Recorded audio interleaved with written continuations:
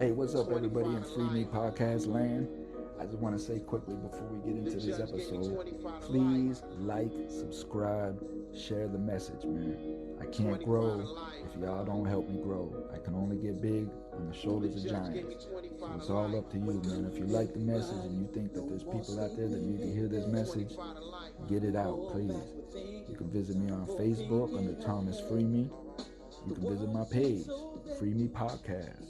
You can do all of these things, man, but it's up to you to do it. If you have any suggestions, please, you can go to the message box. You can leave me a message, voicemail. And if there's anybody on the show that you want to donate to, you can find the link to do so at the GoFundMe. Again, Free Me Podcast. You can find it at my website, www.cominghomecoalition.com. You can find it on my Instagram. Man, you can find it. If you want to do it, you can find it. That's all I'm telling you to do. So, peace and love. I love you guys for tuning in and listening and supporting me. Thank you very much.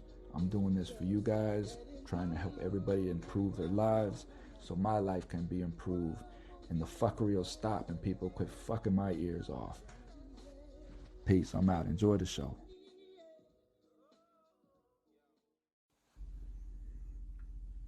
Hello, my people, man. My Free Me people. What's going on? How's everyone doing, man? Peace and love. Peace and love to everyone. I hope that this message, these vibes are reaching your eardrums right now and penetrating down to your brain and just sending nothing but good vibes, good vibrations. If you're in a down spirit, let it go. Listen to these vibes. Pick yourself up. Hopefully today's message, man, will help people understand exactly what it is that I'm talking about here. So, first and foremost, I haven't done anything since before Thanksgiving. I've taken a little break. Been dealing with some personal issues. And I just want to say that I hope that all my American listeners had a wonderful, wonderful Thanksgiving. I hope that, it was just a day of forgiveness, and a day of bonding, a day of love, just a day of smiles, Even though the football games were some shit, but I'm sorry. But it's always, we always have to remember, man, just to, in spite of everything that's going on around us, to just let it go, let it go, especially if we don't have any control over it. And if we do have control, take the initiative to handle whatever the issue is so you can let it go at that point. And then we can just continue on and into a rhythmic flow. Life is a rhythmic flow. And once you get into that flow, it's a beautiful thing. I promise you, no matter what's going on around you. After my interview with Miss Penny Pierce, you can go back and catch that if you haven't. It put a lot of things back in perspective for me because, again, a lot of these beliefs is what I try to instill for my life because I honestly do believe in what that discussion had to do with. And if I do believe that, then I have to start living in that fashion. If I do believe that I'm the creator of everything around me, then I have to start living in that fashion. If I truly do believe that thought creates everything that we see, right, then I have to live in that fashion. I have to make sure that my thoughts are pure, my actions are pure. And in order to do that, we have to understand that the devil has free reign of this environment. Whichever your devil is, right? And the devil that I'm speaking of is temptation, egoism, material aspects, materialism, idolism, things of that nature that we can get caught up in every day, right? Out of perception of what has been taught to us from society to believe what is good or bad. So how do we get out of that perception? How do we even know that we're living in that perception? right? And these are tough facts to face, man, and they're tough questions to ask. But the only thing that I can suggest is that you can never go wrong with knowledge. You can never go wrong with education. But don't take your education from others. Don't instill education into you from others that you may not even know, that may be fools, right? And we'll get into fools here in a second. But research for yourself by asking questions and knowing the information that you're taking in is information that you agree with. You know, Socrates once said something that was very, very vital for me. And he said it very simplistically when he said, you know, you can go to the market and you can buy wares from your local market man, your local trader, whatever the wares are. And you can take them home and you could discover that you do not like these wares. And you can bring these wares, the Apple books, whatever it is, you can bring them back to the market man and exchange them for other wares that you may like. That is true. But when it comes to knowledge, when it comes to education, these are wares that you cannot return. So you have to be very, very careful of the market man that you get these wares from, because they're not returnable.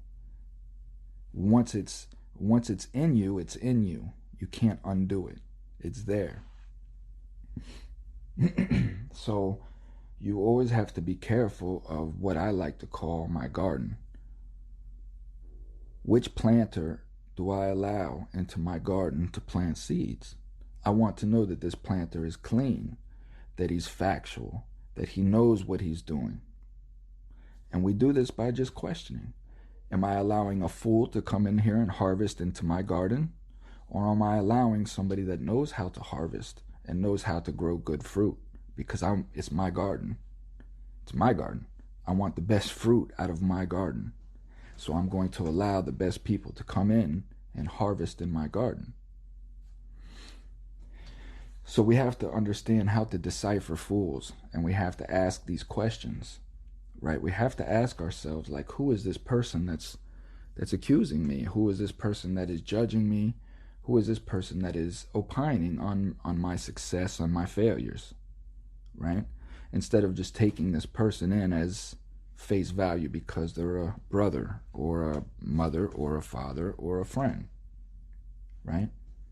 But it's knowing this person and understanding this person and who this person is before I allow you to influence my decisions in any kind of way of who I am or where I'm going in life. So I ran across an author a while back by the name of Robert Greene. He has many successful books on how to be aware in life and what to be aware of. You know, the obstacles and the pitfalls of human personality. And he does it so marvelously in his books because he transcends time and he just lays out history in factual evidence as to the discussion that may be at hand on whatever the decision is, or the personal attribute that may be in discussion. So upon reading in one of his books called Mastery by Robert Greene,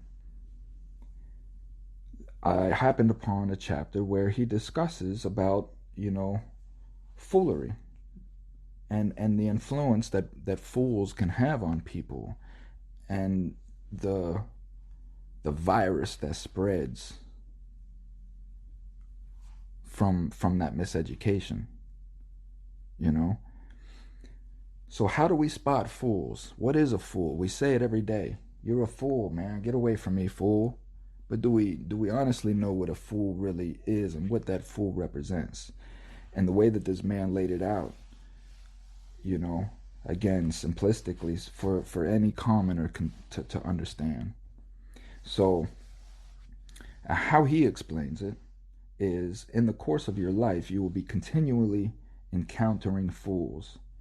There are simply too many to avoid.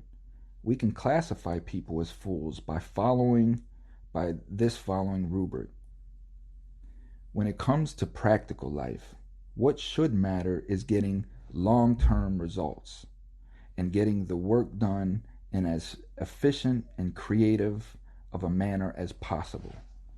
Now, that is in a practical person's life, understanding, right, that it's not about the short term, it's about where I'm going to be when I retire. What position am I going to be in life when I retire? I'm going to be old, I can barely move, I'm going to be tired. Body, mind, soul, tired. This is a grueling process that we go through. And we're tired when we get in our old age. And the last thing we want to be worried about is how bills are going to be paid, how sturdy is my income, how sturdy is my house, my life. It's time for me to relax, unwind, really enjoy who I am as a human being as I've evolved over all of these years, and seeing the fruits of my labor start to produce itself. I mean, to me, that's what old age should be. So practical people, this is what they strive for. They work hard every day to make this a possibility in their lives, right? Going back to the book, that should be the supreme value that guides people's actions. The supreme value. But fools carry with them a different scale of values. They place more importance on short-term matters, grabbing immediate money, getting attention from the public or media, and looking good. They are ruled by their ego and insecurities. How many people can you think of right now are ruled by their ego and insecurities? Just stop and just think of how many people are around you just in your personal life. We're not talking about public figures anywhere that we're talking about your personal life. How many people are in your life right now that are ruled by their ego and insecurities? Whether they say that they're not is irrelevant. But for you, as you know what ego and insecurity to be, how many fit this description? Man, I can name so many. And the thing of it is that when I'm reading this and I'm saying, dang, man, it's sad to say, but that's a lot of my family. These are a lot of people that have been around me since I've been a child, ever since I first started processing information. Right? So what does that mean? Does that mean that I am ruled by my ego and insecurity? Well, it would have to be if this was my environment. And this is what made me start looking at myself and my actions. Where was this decision that I made? Was it egoistic? Was it out of insecurity? Did I attack this man because what he was saying about me was true and I knew that it could be? And it infuriated me because I know I'm insecure about it, and it embarrassed me or whatever, so I wanted to lash out and attack this man to hurt him because he hurt me. So these are the actions that I had to start pondering on, right? Because I don't want to be no fool, right? So going back to the book, they are ruled by their ego and insecurities. They tend to enjoy drama and political intrigue for their own sake. When they criticize, they always emphasize matters that are irrelevant to the overall picture or the argument. Again, very important. How many times are you in a discussion with someone and instead of the overarching point that you're trying to make, because we're not the most articulate people, we're not the most educated people, but we have feelings and we understand those and we're trying to explain and express those. And a fool isn't going to pay attention to the overarching sentiment that you're trying to explain, but they're going to pick apart small little fractions of what you say and take them as side notes to try to discount you and make you look silly because you mispronounced the word or even used the wrong word in a sentence, right? Again, these are fools because they're ruled by their ego and their insecurities, and you may be right in what you're saying and they may know that, but they're trying to deflect that. Instead of just saying, you know what, I agree with you, they would rather discount you, make you look silly. This is what fools do. Going back, they are more interested in their career and position than in the truth. You can distinguish them by how little they get done or by how hard they make it for others to get results. Again, perception. You can distinguish them by how little they get done. People are very, very, very good at making things look like they get results and get things done. But when you go back and you start and you pull the rug back on that dirt, you'll see that a lot of times people take credit for other people's work. And when you start to see these things, you start to question this person as a personal person. Yes, he may be able to provide results, right? No question. And he may be able to provide very good results and award him a high figure salary because of this. But at the end of the day, for him and himself, right? How little does he get done in his life as a human being personally? Not at instructing others or having others do the work for him and him take credit for it. But how much is he really getting done? Or she, or this person, however.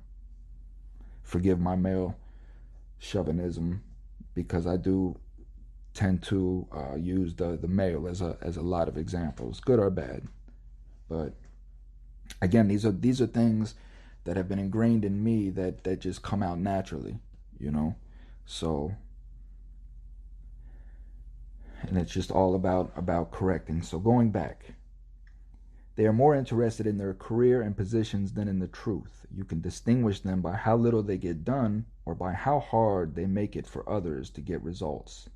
They lack a certain common sense, getting all worked up about things that are not really important while ignoring problems that will spell doom in the long term.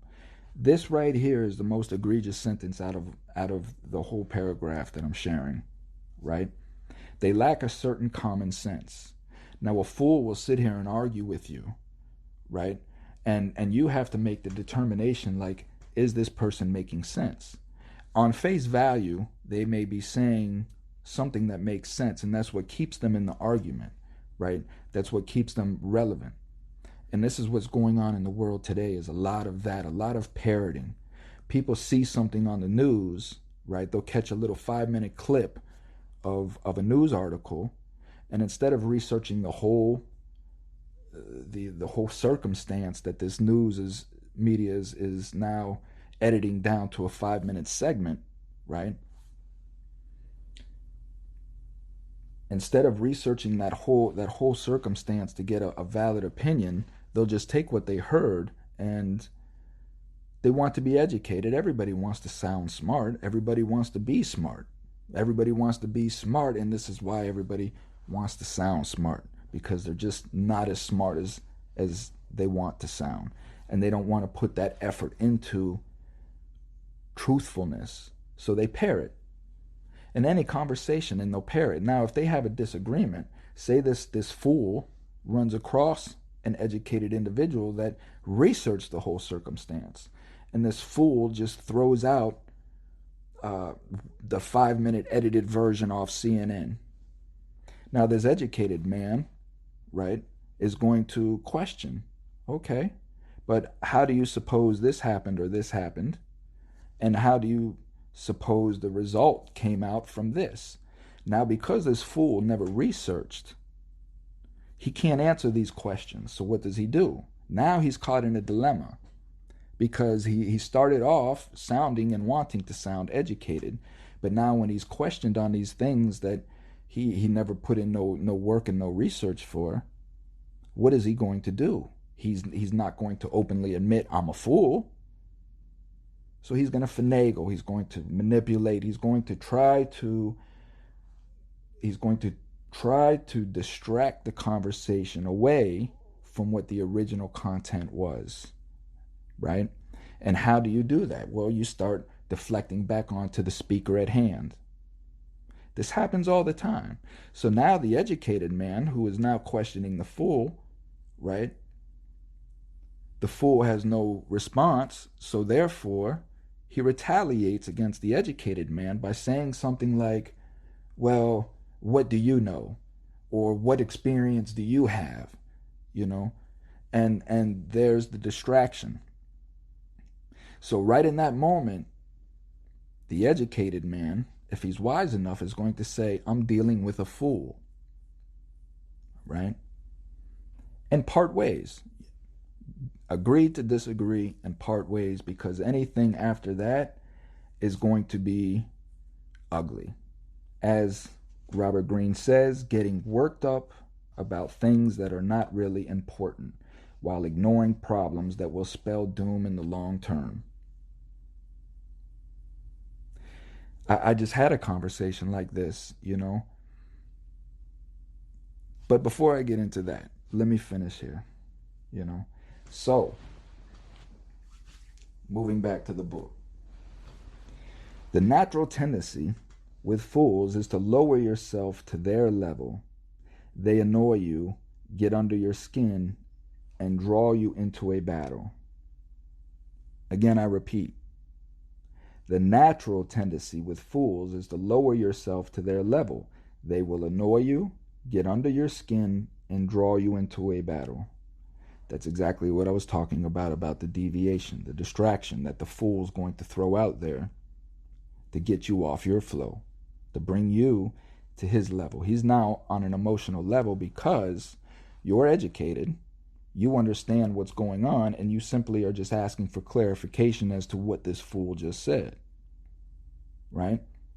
So now the fool, you idiot, how are you gonna, what are you doing? And he gets all worked up and emotional because his card has just been pulled, right? That's their natural tendency. In the process, you feel petty and confused. You lose a sense of what is really important.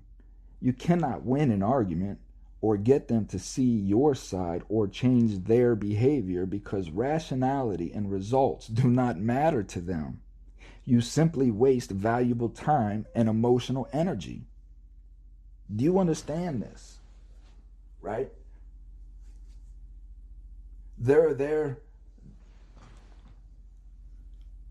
rationality of arguing with you isn't about making a point to the overarching discussion. It's about little minute wins that they can get in there to flush their ego.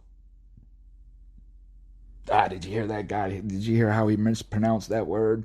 He said befuddled instead of befuckled or whatever. You know, something stupid. You know, some ridiculous thing. And this is again what is going on every day in society that I see from my experience of dealing with people every day. I'm surrounded by a bunch of fools, you know. And yes, you waste valuable time and, more importantly, emotional energy. You waste time in the energy, right? Because think about it. Think about this here. Think about your everyday life. You're on a flow, right? Let's just say you're in the middle of Publix. You're in the middle of Publix. You got a large shopping menu to go through. You got 20 guests coming over for Thanksgiving. You don't have time for no fuckery, okay? You got a fool now, which could be your husband, it could be your wife, it could be anybody, right? that is distracting you off your flow over something that's minute and really does not matter to the goal at hand, whatever it could be. You see?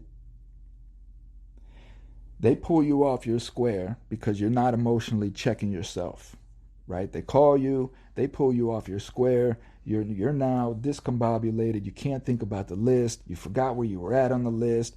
You're in the middle of Publix. You know, this person's yelling in your phone. You're distracted. You're embarrassed. Pulls you completely off your square. Now, however long that goes on, usually that isn't no 2 or 3 minute thing. It's usually a 10, 15 minute ordeal. By the time that gets done, it takes you another 10 or 15 minutes to really just unwind and recenter and focus yourself if you're that strong of a character. Some people may not even recenter. They may just fuck off their whole shopping trip. And then they go home and raise hell at the house about how they done screwed this up and the whole Thanksgiving may be off kilter just from that one incident. These are the incidences. These are the distractions that happen in everybody's life at all times that we have to eclipse. We have to stop and overcome these behaviors and spot them. Because any one of us is able to do it at any time. I'm able to lose control at any time. It's just about the triggers. What triggers what? So summing up, in dealing with fools, you must adopt the following philosophy. A fool is just simply a part of life. Like rocks, furniture, chairs, whatever, they're just there. All of us has foolish sides, moments in which we lose our heads and think more of our ego or short-term goals. There's no question about that. And I do it a lot. Again, I was raised up under a male chauvinistic and egoistic lifestyle. Material, material, material. It's all about what you produce, material, material. And it's very hard for me to break that, right? So we all have it. It is human nature. Seeing this foolishness within you, you can then accept it in others. This will allow you to smile at their antics, to tolerate their presence as you would a silly little child, and to avoid the madness of trying to change them. Because in the end, it is all part of the human comedy. The human comedy. And it is nothing to get upset about or lose sleep over.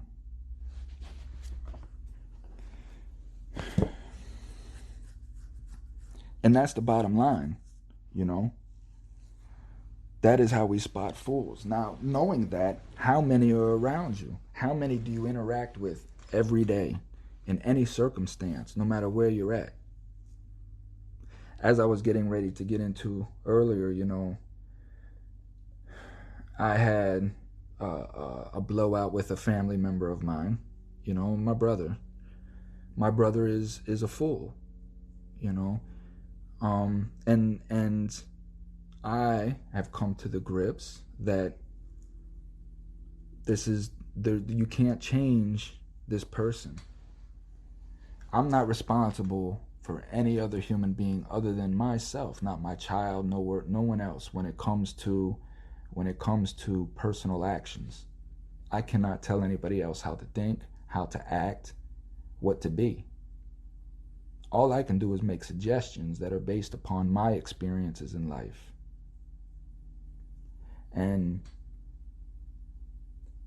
this discussion just turned sideways very, very quickly because, you know, this person, my brother, has a lot of internal mistruths about himself that he refuses to come to grips with. And how do I know this? Because I see it in his actions in daily life and how he attacks life, how he lives his life. And it's ugly, you know, and for me, you know, and I don't want any part of it. And I've never expressed any of my opinions to him because, again, he's very, very closed-minded. He's very egotistical. He's all about self-gain, and that's what he is about his life. That's fine. That may be the right way to live. I have no idea. I just don't feel like it is for me. For me, living in truth about self, is what is important to me. And it's like he says a comment, right? This now here again is a fool making a foolish comment. The comment was, you're a closed person and you've put yourself on an island. Now, what he was referring to is because I don't communicate my personal life with family members, because I understand the family members that I have. I've taken a look at them not as family members, but as people. And I've made my judgments based upon just actions that have occurred to me personally. I can't judge somebody about how they treat another person because I don't know anything about that circumstance. I can only judge based upon how a person treats me.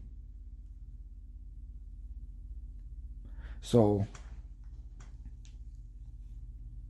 he's never asked. This is another point about fools. Fools will not ask questions. They only make insinuations as if they know. Again, this is a person that's ruled by their ego. They know. They think that they've assessed and they've educated themselves, and they can make an educated opinion about your life and what you got going on. Yet they've never asked a question about anything. So this was the statement. You've secluded yourself from the family and you've put yourself on an island. Okay. Now, my simple response was, and this is coming from a man that moved to an island. I mean, he literally lives on an island. Him and his family. Moved about 10 hours away from the rest of the family to an island and lives on an island. And he's telling me about how I seclude myself and live on an island. So it's these type of remarks, right? And so the point of all of this, because I'm going to wrap this up and I'm going to get into what this episode is truly about. I've taken so much of your time, and I do apologize, but this is a very important message that I need people to understand, right? The whole point of all of this is, back in the day, my brother had great influence over me. And I feel that the decisions that I've made in my life is because of that. I was led by a fool, I was guided by a fool, and there was other fools that I was guided by as well. I don't mean any disrespect when I say this, but they're just facts. This is what it is, There's no other denying it. I'm not saying it in a harsh way. I love my brother. I love my family. I love them as people. And I understand how life is. I understand the manipulation of life. I understand the propaganda and how easily we can be influenced and sidetracked into believing things that we may not even really truly believe. But because society says we're supposed to believe them, and by us not believing, we would be abnormal and ostracized. But for me, or being in the egoistic way, what's truthful to me isn't more important than being accepted in society and having boats and jet skis and big TVs that I can sit in front of and being able to call myself a millionaire or anything else like that. None of that matters if you're not truth of self. I would love to have all of those things. Anybody would. But I wanted truthfully of truth of self to know that these things were given to me from life, but I didn't manipulate life into getting them short term, because life will take them away. I promise you. So it's being able to now, I guess what I'm doing is just patting myself on the back in my long-windedness way. And I'm patting myself on the back because I wasn't inflicted by the things that this fool was telling me. This fool was saying, because he said very many harsh things, but they were backed up by nothing. They were just emotional rants because what I was saying was hurting. They were hurting to the bone because I'm speaking the truth. And I'm speaking it in a mild mannered way because I'm unafflicted by what he's saying. Why? Because it's not truthful. It didn't bother me. It didn't bother me. It hurt me. It hurt me as it would any other human being that I know just to be an ignorant soul, you know? I felt pity and I felt sorry for this individual because they're lost. They're so lost in society. They're so lost in themselves. They think that things, other material things, are so important. And then when life is showing you that they're not, you ignore the signs that life is showing you. You just blatantly ignore them because then you know that by giving them acknowledgement, you have to make change. So I say all that to say, choose wisely who you speak to every day. Choose wisely who you allow to change your decision. Who is this person? What do they know? Do they know the subject at hand, or is this something they just heard on the 6 o'clock news? Because that could alter your life. It could change your life. You could be deciding to do one thing, which is where your spirit was guiding you from the beginning of the day, but a fool comes along, throws a monkey wrench, and alters your whole day. And what was supposed to happen to you didn't even happen to you. Now it's going to take, who knows, a month, 3 years, 10 years, 20 years for life to produce again what it was willing to give you on that day that you let a fool distract you from. So in every one of our decisions, man, just ask yourself, who is this person that's speaking to me? So moving forward, the discussion here today is with Cynthia Goldberg. She runs the F8 Foundation. She built the foundation, and it's a great discussion. And my soliloquy goes into sort of what we're discussing, because in this life of criminal justice reform, addiction, homelessness, that is the quintessential issue is foolery, fuckery, foolery of the mind. These people are in the positions that they're in is because they've been given a perception that is untrue. They're living somebody else's perception. There's a conflict inside the psyche, and it's a war. And we find ways to try to quiet this war down, to pacify it just enough to where I can eat a sandwich or think clearly, you know. So we're surrounded by fools. This lifestyle is a foolish lifestyle. So introducing Cynthia Goldberg.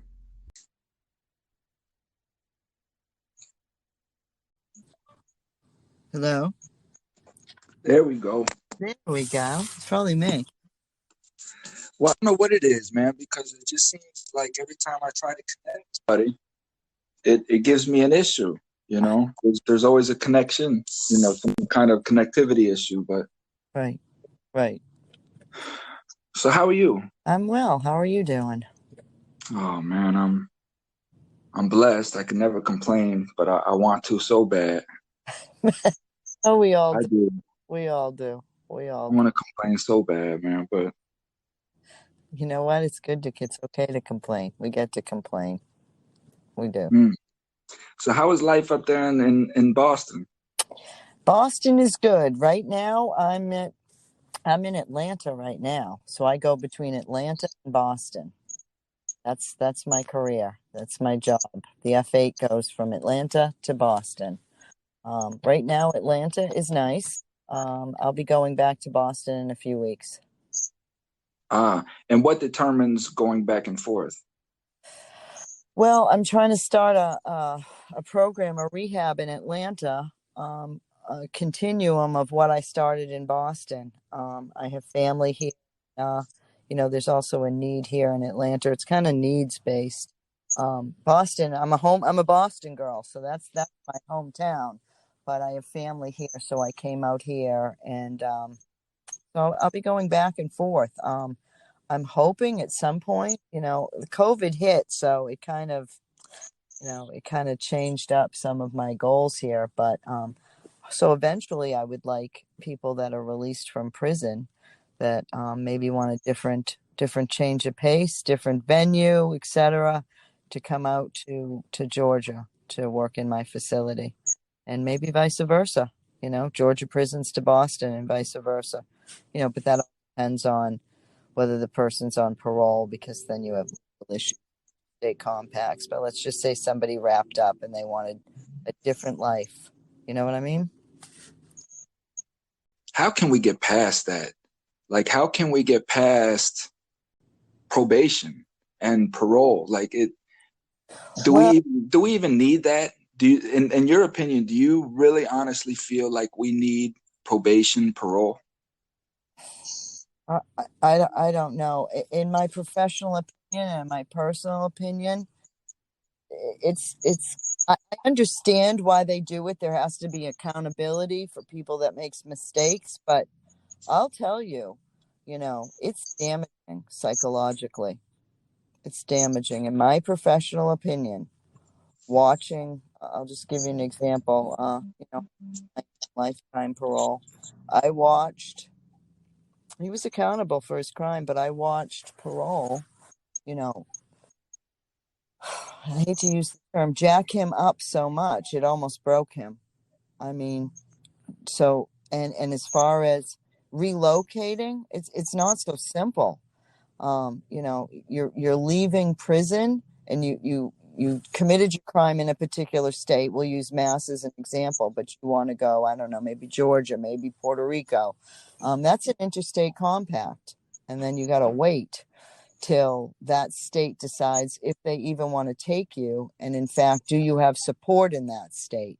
Because we all know the parole board, if you don't have support, if you don't have resources, financial support, spiritual support, they're not going to just let you go wherever you want to. And housing. So how do you do that if you're behind the wall and you don't have money? Right? How do you do that? If you have to report to parole, and they're all going to review that, and they're going to determine whether whether they let you go home. So do I think parole and probation? I don't. I mean, that's a really good question, because I just see it so much more. You've done all that time in prison, and now you have to get out, and you're still, drug tests, and you're still doing this. And I guess it's additional accountability to some people, but to some people, I honestly think it makes their mental health condition worse. You got non-trusting people. They go through the jail for how many years? Most of my clients did a lot of time. And, they're in with COs. They're told their piece. I know people have to change. You do have to change. You can't keep running on the streets or doing what you're doing or committing crimes. I get all that. But then you get out, and, you got to check in again. You already have distrust issues. And you check into, I don't know, a parole officer or probation officer, and you become defensive. They automatically look at you like you're going to do something else. I hate to use the term, but sometimes they make, once a piece of shit, always a piece of shit. And that's not always the case. Yeah, there's always going to be people that get out and commit a crime or do drugs again and go back, and that's their choice. But I don't know. Sometimes I think parole and probation is counterproductive. I do. I seriously. Well, let's go over the parole system a little bit. Okay. First off, what for my listeners that may not even understand what parole truly is, What Okay. is truly parole? So parole is, let's say you've committed a crime and you're eligible for parole, meaning you're really still in prison, but they're going to let you finish your prison sentence in society. That's what they're going to do. Your sentence isn't over. So let's say you got a 4 to 5. At 4 years, you go before the parole board, and they want to know: do you have housing? Are we going to find you a job? Are you going to get a counselor? And while you're out there, if you're lucky enough, they grant you parole, but you're really still in prison. Your prison sentence isn't done. It's a continuum, but you're out in society, and there's a lot of restrictions. A lot of restrictions. So you go out and the first thing you do is when you walk out of jail, if you're on parole, you have to go right to your parole office. Generally, they will, meet with you, and they can really much do whatever they want. They can enter your house when they want to. They can call you in whenever they want to. Um, Usually they drug test you upon arrival there, and they sit down and they look at, your parole release papers, meaning what the parole board said. Can they No alcohol. Go ahead. can they show up to your employment? Yes, they can. Okay. And that, I'll tell you from personal experience, is the most embarrassing, humiliating thing. It's tough enough to get a job, as I like to use the term returning citizen, but they like to remind it's ex-con.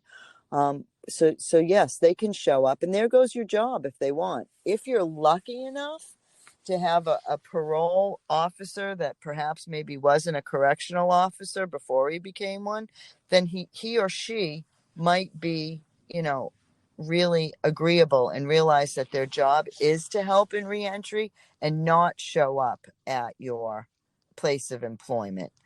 But it's embarrassing itself. Even I'll give you an example. So your parole officer wants papers faxed to him that from your employment. You don't want to do it from your employer, because your employer is going to see the number you fax to, and they're going to see it's a law enforcement agency. Maybe they know you're on parole, maybe they don't. Some parole officers, if you ask nicely and they're agreeable and you say, listen, please don't jam me up, sir or madam. I don't want them to know I'm on parole. That's embarrassing. Most people don't want someone on parole. So yeah, it's really difficult to do. And when they want you, you could be going on a, I don't know, a day trip with your family to the amusement park. And if that parole officer calls and says, I'm doing a home visit, well, I know, sir, but I'm with my kids and my family. We're going to the turn that car around and go back home and wait for me. And then sometimes you're waiting and they'll call and say, yeah, we couldn't get to you. And you know what? Does this really happen? Yes, this really happens. There is nothing you can do about it. Nothing. Sure, you could probably go to their supervisor if you have a rough one, but good luck with that, because it's just going to make it harder for you. Now, let me ask you this. Do you think it's a psychological game that they play just to see how you react to adverse situations? Are you going to respond angrily? Are you going to, do you think that they purposely do these things? I do. And I think it also depends on their educational background. Sometimes we have people, parole officers, perhaps, that maybe have some human service training or some training in psychology. Maybe they were a former social worker as opposed to a degree in criminal justice or a corrections officer. I've noticed that with probation officers. I can always tell the probation officer that was a social worker. They seem to be more amenable to helping their client, as opposed to psychologically really damaging them. I mean, it might sound ridiculous, but you're at the end of a probation or parole visit, and they're like, "You better behave yourself." Well, I know I have to behave myself.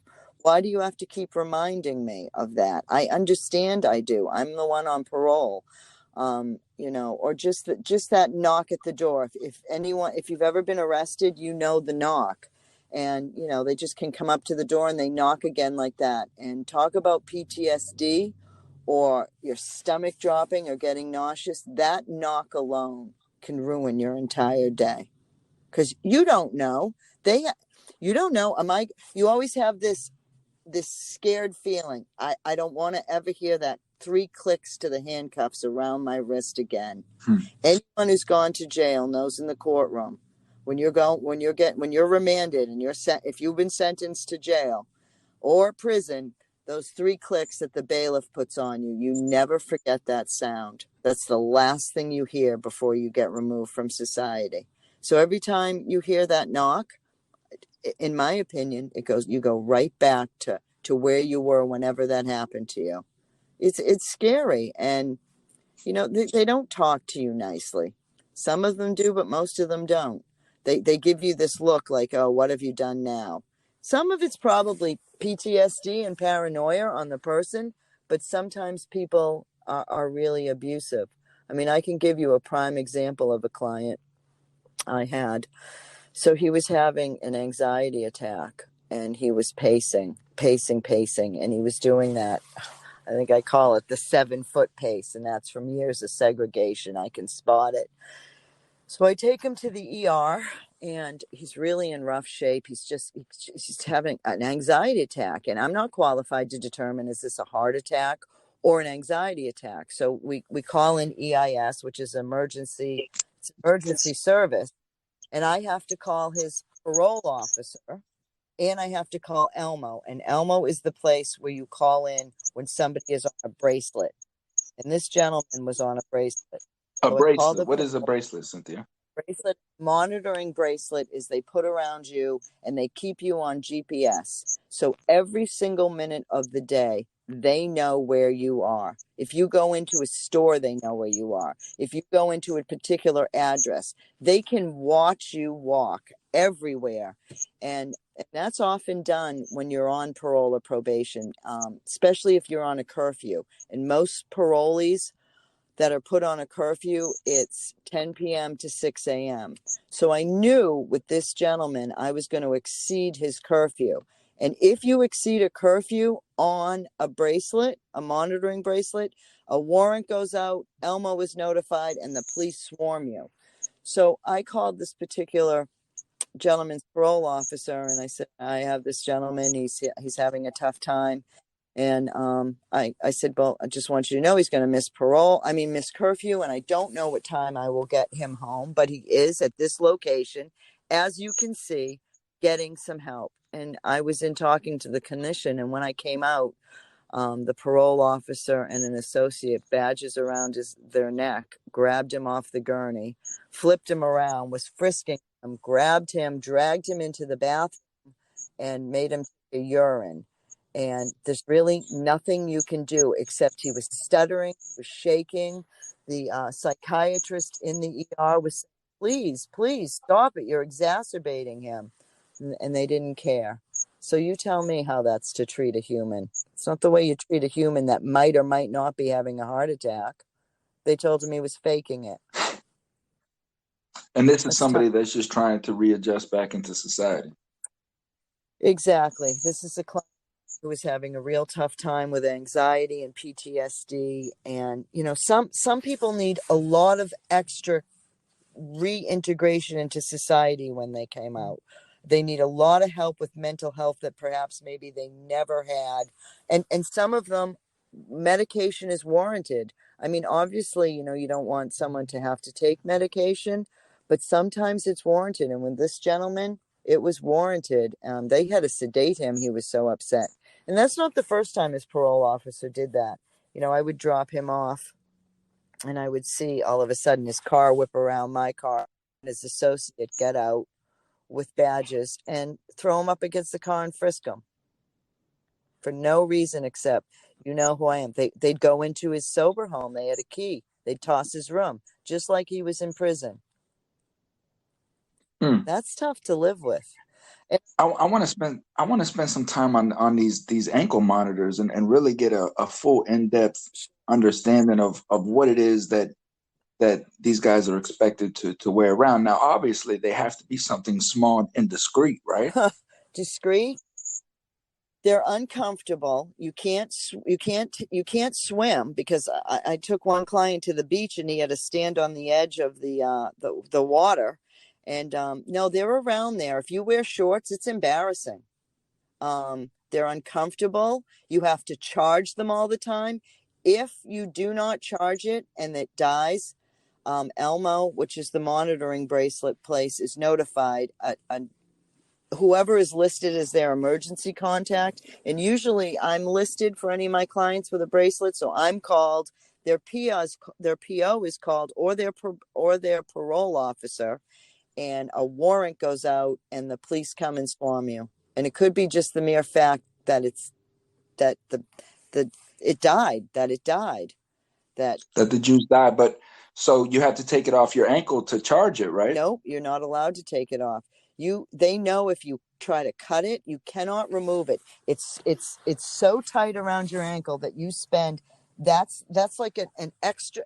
That's like an attached limb. You cannot remove that bracelet. It is around you. More. So this is a type of branding. Yes, exactly. And believe me, they know exactly where you are when you're there. Every second of the day. So by me committing to this parole, yeah, right? Right. I know that for however my length of sentence is going to be, I'm going to be branded with their merchandise. Right. Exactly. Now, and you're calling this Irma, you say?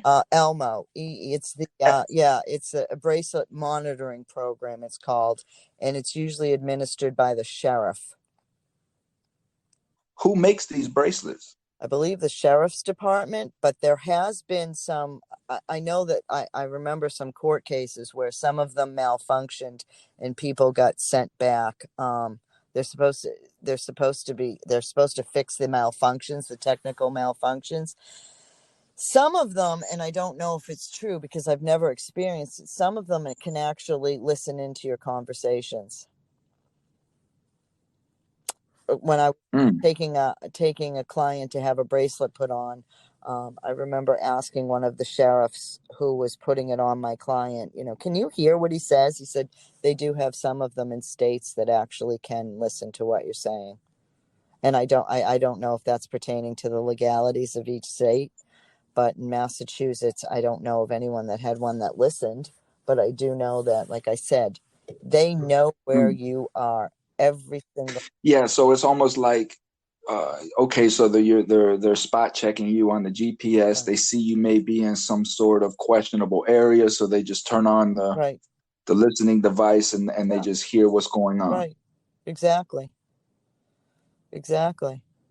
And I'm not sure why, if you have an electronic monitoring bracelet on a client, why you'd have to, additionally grab them out of the car and frisk them. And I don't have that answer for you. To me, it's sad, because, I'm working with these gentlemen, and believe it or not, most of them that are getting hassled, and there are some people that aren't doing the right thing. So don't get me wrong. I'm certainly honest about that. But there are most of the people, they're doing the right thing. I mean, imagine, I am graceful enough to get theater tickets donated to my program. Imagine some poor guy who's never experienced this. He gets to go to the theater. He's got to wear a monitor. You go into the theater, and because I've now blocked a signal, he's in the theater, the bracelet's flashing off and vibrating, and that's how you know there's a problem on your ankle. It flashes red and it starts vibrating on your ankle. This is crazy. This is like that movie. What was that movie? Are you with me?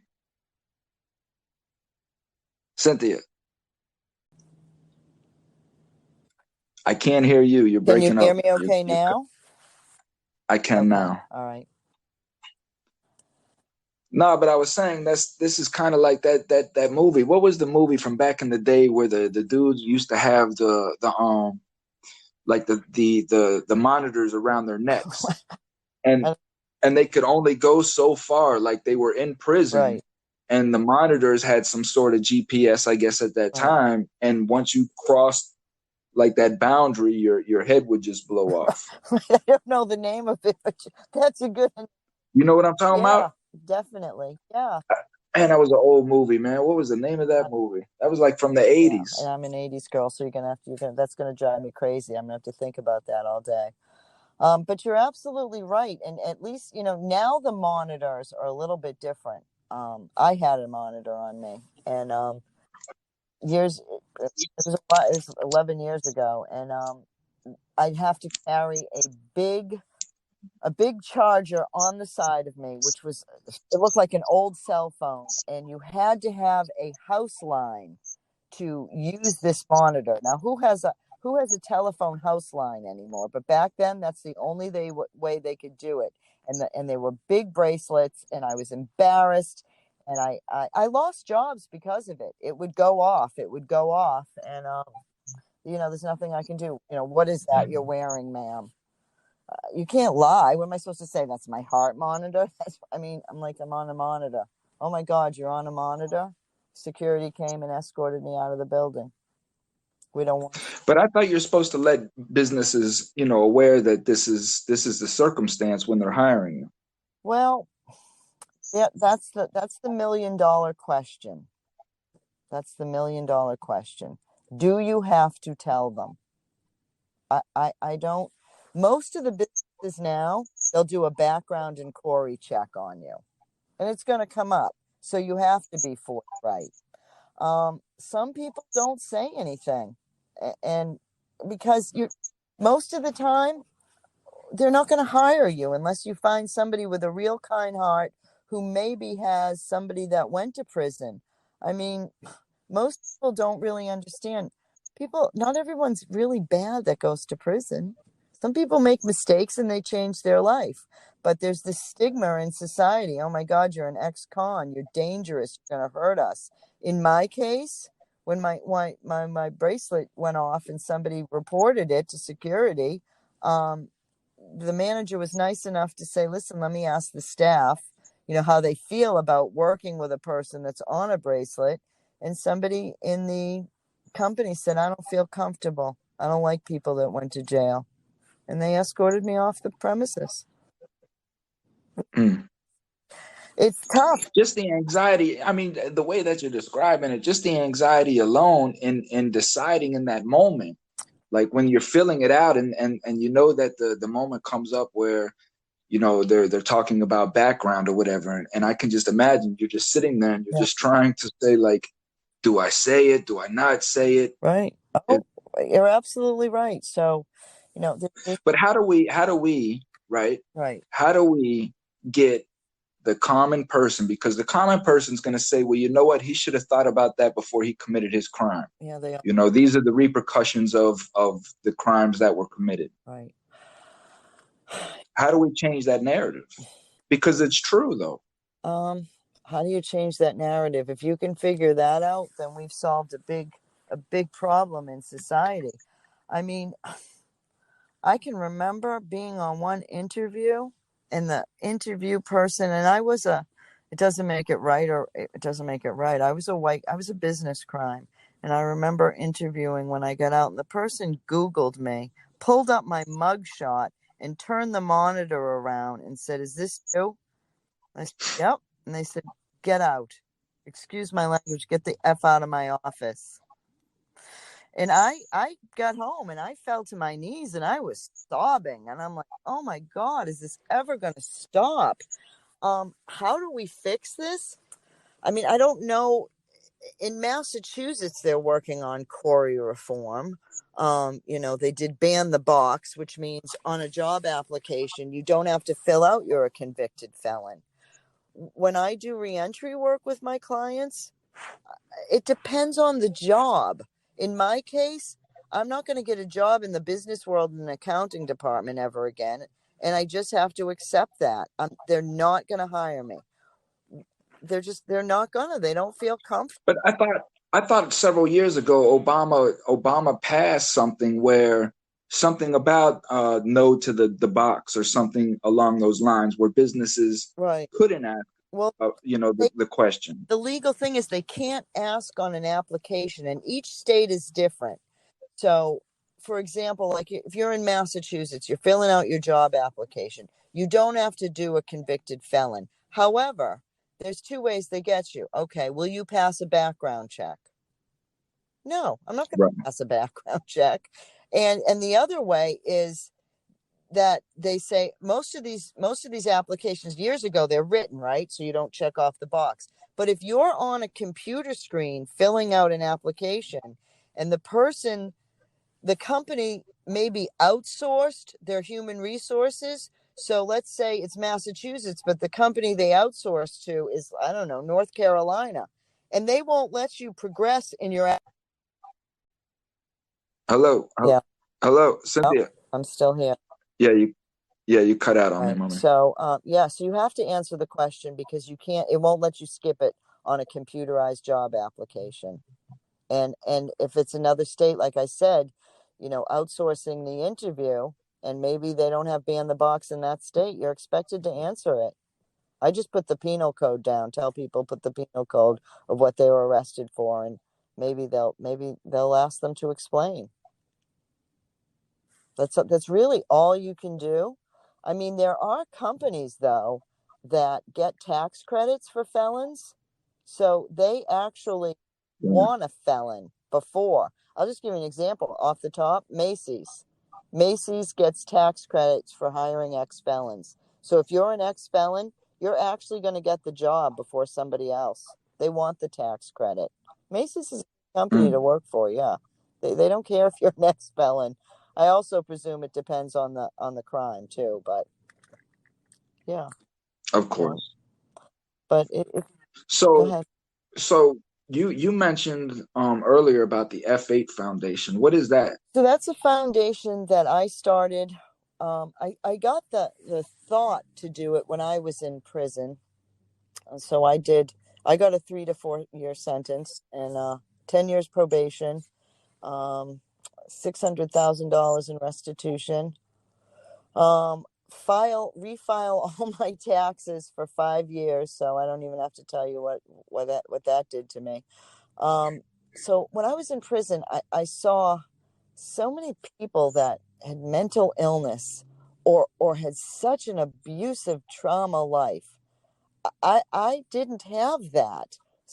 I didn't. I had a nice childhood, thank God. I got to get an education, thank God. But when I was in there, I'm like, oh my goodness, these poor people didn't even have a chance. Not a chance. And I would help people, help them with their GED. I had, a background in business, legal, and actually nursing too. And so I would help them. And I'm like, I really like this. But everybody gets this crazy epiphany sometimes when they're in prison. I'm going to save the world.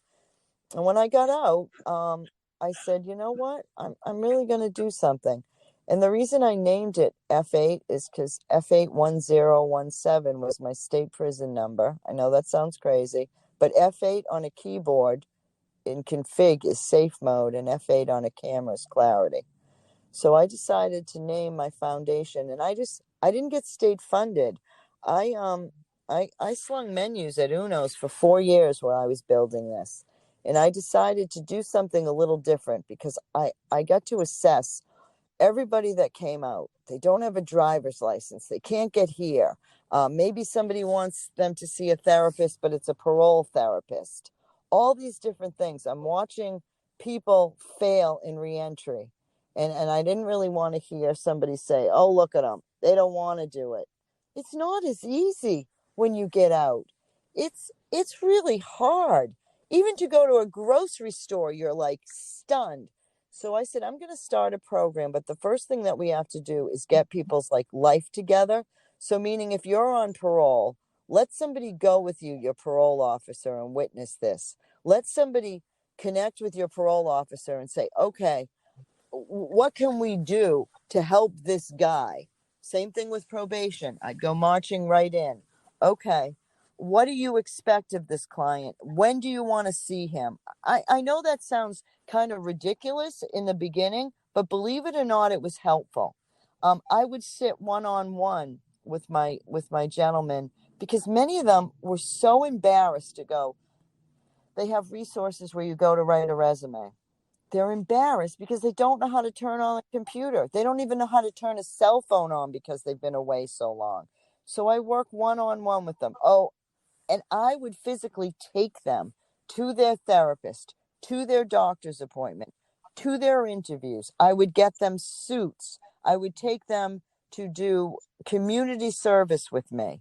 I would take them to the theater. All these things that are pro-social activities that people don't think make a difference. But if you have a person that has lived on the street and ran on the street, they don't know any better. They don't know how to, and then they went to prison. They don't even know what to do. They don't even know what fun is. They know hanging up the street in front of the bodega. That's what they know. Hanging with the people that they shouldn't. Sometimes people just need a little kindness, and they trust me. I went to prison. I went to prison. You can't sit with somebody that went to prison and say, wow, I know what it's been like. It's really tough. They're going to look at you like, get out of here. I say, listen, I know what it's like to go to prison. I know what it's like to make a mistake, and I know what it's like to change my life. So let's see if we can get you some help. So that's why I started this program, and I love my job. I love my job. I really don't do the same thing. Every single client is different. Everyone is different, and everyone's needs are different. So my program is based on individual needs of each. It's a little bit of an out-of-the-box approach, but I've had great success. I've had about 1,800 clients. I don't know. I think I've lost about 3 of them. So I guess that's not too bad of a record, in addition, they'll call me from behind the wall, and the reentry behind the wall is great. So we might start our relationship that way. They might call me to place them. So I work with a lot of sober homes, rehabs. So that might be how we start out. I'm going to place you, but once I place them, I stay with them. I'm in that sober house with them. I might be cooking dinners for the gentleman.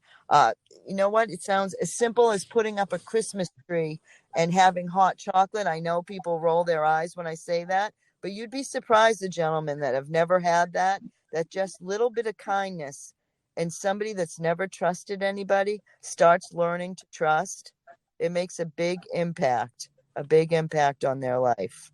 And then, maybe they're maybe they want to go back to college. So we help them fill out a college application. That's really cool when I get to see a client graduate from college. I'm usually crying my eyes out.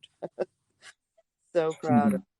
So because you said that you had a good childhood and you said that you had a good education. So if you don't mind me asking, like, how did you end up going to prison? Well, I worked for a very Enron-esque type of company, and I'm not passing the buck. I assume it's complete accountability. It was kind of a situation where, they wanted numbers changed. But I was paid for it well.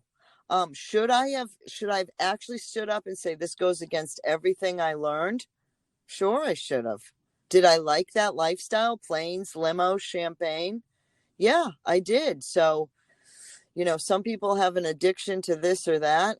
I guess that was my addiction. And then you get yourself in so deep, and so much about a company that you're afraid to open your mouth. And I was afraid to open my mouth.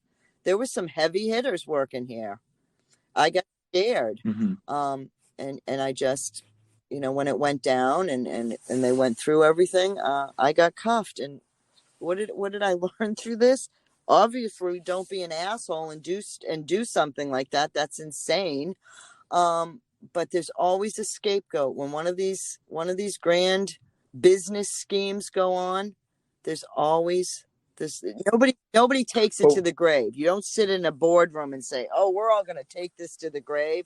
No, when the shit hits the fan, there's always one idiot that goes, and I was that idiot, and I was frightened that somebody would do something, so I did my time, kept my mouth shut. And obviously, I will never do something like that again. I will never do it again, But why didn't you just leave? Like, say, just pack up and just leave? And go to Tahiti or whatever? I had a family. I couldn't just up and take off. I mean, that's why I was on a bracelet. I was a flight risk. That's why they stuck me on a Mm. bracelet. They figured I had the funds to take off and never come back. And No, I mean before everything went because down. What I'm saying I is because I you was were. getting in deeper and deeper and deeper and deeper, and you get in sometimes in something so deep and you almost can't walk away. I don't know, maybe in my warped mind for a little while I'm like, well, but this will be okay. Maybe I should blow the whistle on all these fuckers. And I'm like, I guess that's what I'm trying to get at is the pressure and the oh, anxiety of a situation like that, and oh, oh, how it can alter your yeah. decision making as far as Yeah, what's right hit and the what's nail wrong. on the head. You're really good at this. It just that's it. You get in so deep, and I didn't even sleep at night, and I had such heartburn. I remember sleeping sitting up, and honestly, when they swarmed my house, and finally when I got to prison, it was like, oh my God, this is done. This life is done. I lived it for 10 years, cooking the books for a nefarious company. That again. So it was almost an Yep. alleviation. Yeah, it was. I can't tell you the difference now. How happy I am. I love my job. I don't, and I made a lot of money. And I don't mean doing nefarious stuff, but I did very well in my life. And I don't make a quarter of that. I'm a nonprofit, and I don't even care. Here's a lesson in life: money doesn't buy you happiness. It doesn't. People think that. Oh wow, I I'm not being an asshole. I had all different kinds of fancy cars. But now if I got in a different kind of car, it would be for a different reason. It wouldn't.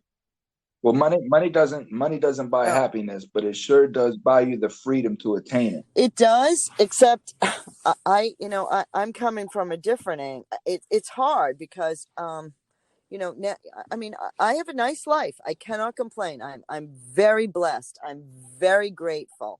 My life before, maybe, people would. It was like a double life. When the police came, my own family did not even know what was going on. I can still, even the look on Mhm. the dog's face was like, yeah, no kidding. Like, oh my God, here's our soccer mom being. I was Huh. the VP of a company. Here's our soccer mom being cuffed and taken out in a black SUV in So a in one fancy word, neighborhood.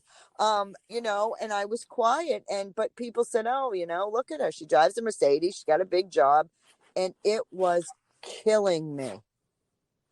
Killing me. I mean, I don't know if anyone's ever gotten in a situation. Yeah, many people have, but it so in uh, one word, Cynthia, in one word, describe your prison experience. saving, saving. It saved my life. Mm. I know people say, because it's tough in there, but I had no way out. As much as it saved me. I mean, it saved me. Um, I wouldn't wish prison on anyone. I really wouldn't. It was horrible. I mean, if you don't know what it's like to be strip searched, cavity searched, but I couldn't get out of that situation. And I know sometimes I do a lot of speaking engagements, and I'm like, you know what? That saved my life. What am I sorry for? I'm Mm. sorry for my crime. I'm sorry for destroying my family.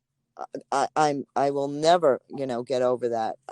All I can do is change, which I did, apologize, and move on, and not, they say, I'm sorry is manipulation, and it is. If you just say I'm sorry but you don't change, that's a crock of shit. It's change that really shows somebody when you're sorry and you don't want to do it again. And I've pretty much devoted my entire life now to helping other people, that have gone through this, because my heart goes out to them. So in one sense, you spent the first half of your life living through your ego, which we know is the Yep, material, and now you're spending the second half of your life giving through the spirit. exactly. Exactly. And I do love what I do. The funny thing is, when I first started school many years ago, I switched my major. I was a sociology major. I wanted to be a social worker. And I switched it to business, and you know what? And now I'm doing social work, and I really do love it. Yeah, I mean, so people do change. Does everybody change? No, they don't. And I did go see a therapist. I did all the things that you're supposed to do when you want to go back into society, and you want. So when I tell a client, or I'm telling you, if I say, hey, listen, you got to go try this, I've already tried it. So I don't bullshit. I always tell the guys, my mouth's not a bakery. I don't sugarcoat shit. Anything I'm suggesting that you do to get back in society post incarceration, I have done, and it does help. It does help people. They roll their eyes. Journal.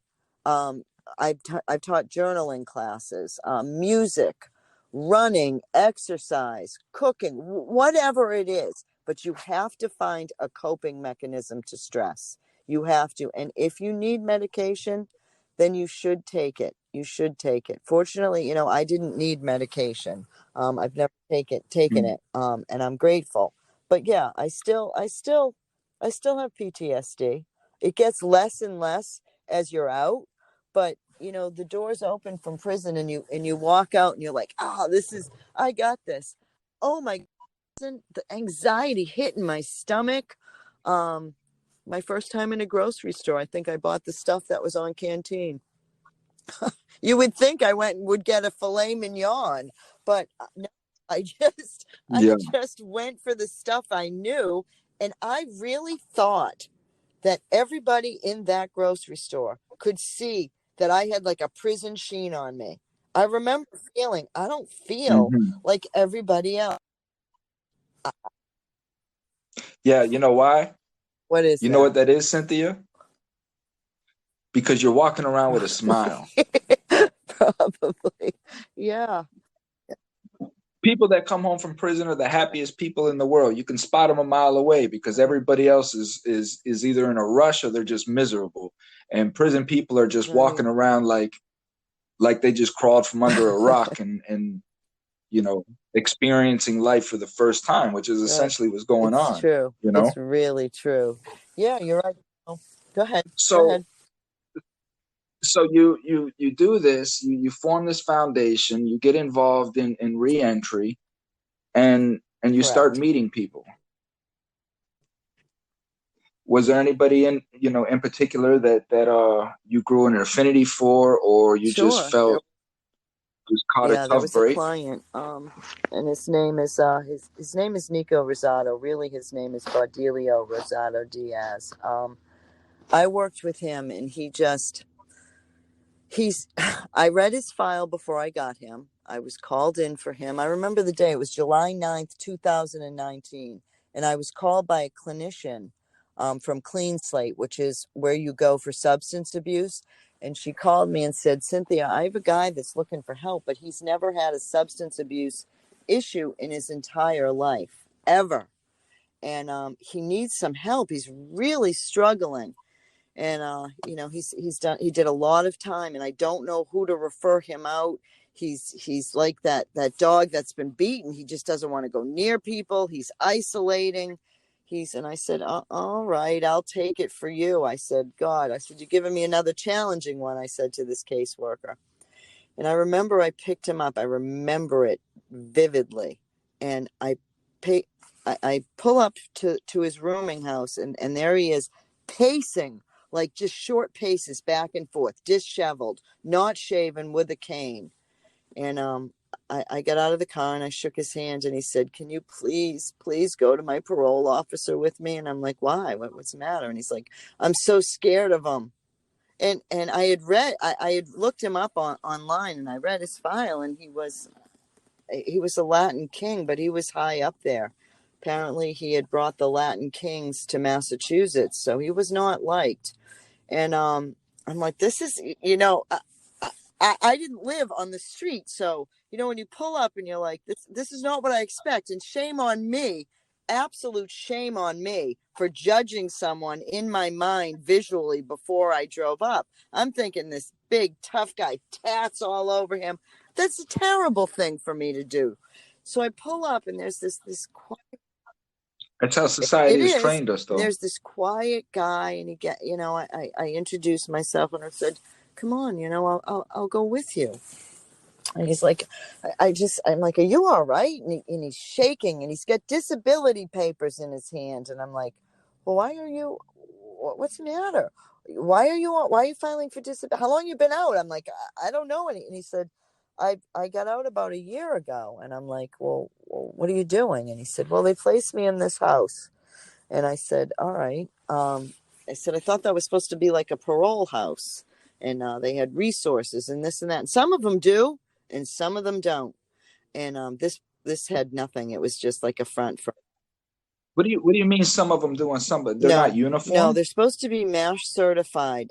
Some of these houses, parole will choose and pick to them because the person that runs them will pretty much let parole officers know exactly what these guys are doing every second of the day. So these are private entities. Yep. So this gentleman was in this private entity, and I met the owner, and immediately the hair on the back of my neck stood up. And I've worked with a lot of places like this, and I'm like, this guy's making me uncomfortable. But I didn't want to say anything because I don't want to exacerbate, Mr. Rosado there. So it was strange. I introduced myself. I'm like, I'm taking Mr. Rosado to parole, and he's like, oh, nice dress. You got lipstick on your teeth. And I'm like, the hell's the matter with this guy? This guy's a freak. This dude's a freak. I'm like, all right, Mr. Rosado, get in the car. I'm like, that's the owner of the house? And he said, yeah, he's not a good guy, Cynthia. He's not a good guy. Stay away from him. And I let it go because, again, I don't know Mr. Rosado, and I don't want to go there. My objective was to get him to parole. And I met his parole officer, and he immediately, like, I call it the peacock chest, sticks his chest out, and it's a his show of authority. And I've seen it before. And he said, oh, you're working with Mr. Rosado? And I said, yeah. And I gave him my business card. Hello. I said, are you sure you want? Are you sure you? Hello? Yeah. Cynthia, you cut out on me again, mommy. You cut out on me. You cut out on me when you got his business card. I gave the parole officer my business card, and I said, this is what we're going to be working on. And he said, okay, fine. He's like, watch out for him. And I'm like, I've got no indication that I should be frightened of this man. Watch out for him. Okay, sir, whatever. Yeah, I'll watch out for him. Yeah. So he's already implanting seeds. Right. And so, all right, that's fine. And he said, you know what? You need to get a job, or I'm going to send you to OCC. And I don't know if you know what that is. That's a sheriff's department program, and that's run by corrections officers. I'm like, oh my God, I'm thinking, but I don't know the parole officer, and I don't know Mr. Rosado, but I do remember distinctively witnessing, get a job or you're going to go to OCC. He said, in fact, you know what? I'm going to send you to OCC tomorrow. So I saw his face. Now he's even more shaking and upset. And I said, it's okay. I said, relax. Let's go apply to some jobs, some dog shelters for you, and let's see what we can get you. You got your business license already. I'll also make an appointment with a place that will give you some funding, which we did. All reported to the parole officer. And I took him. The next day I received a call. I remember this. He was in the hospital. Because they sent him to OCC, which is also a drug addiction program, by the way, that they send you to. He doesn't have a drug addiction. Guy never did a drug or had a drink in his entire life. And I had to go pick him up in the ER. Just the sound of the keys and the black boots put him into such a frenzy that he had to go to the hospital. Yeah. Let me stop you right there. Do you know that's my trigger is keys? When not say keys per se, but the specific sound of keys as they're on somebody's hips and they're walking. It could be any kind of keys. It could be a key ring of any sort. But if a person has them on their hips and they're walking, just that specific jingle, it definitely creates a lot of anxiety. I can agree with you, because it does to me too. And then certain black boots will do that to me too. So I felt horrible, because I went to the ER to get him. He was white as a ghost. They're administering Zofran. If you don't know what that is, it's for terrible nausea. And I said, "Are you all right?" And he's like, "I can't do that.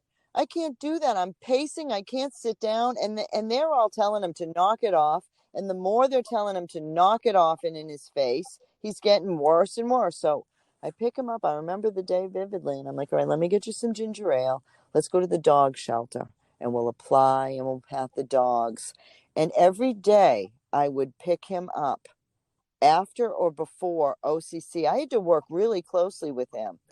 The problem became that, so the owner of the sober house was a very unusual, greedy man, and he did not. And I found out after. I couldn't figure out why he didn't have caseworkers in his facility, like most of them do, to help these guys. I mean, a lot of the facilities they're discharged to are legit and are great, and they have a caseworker like myself or somebody else that's going to get these guys. But this guy had nothing in there.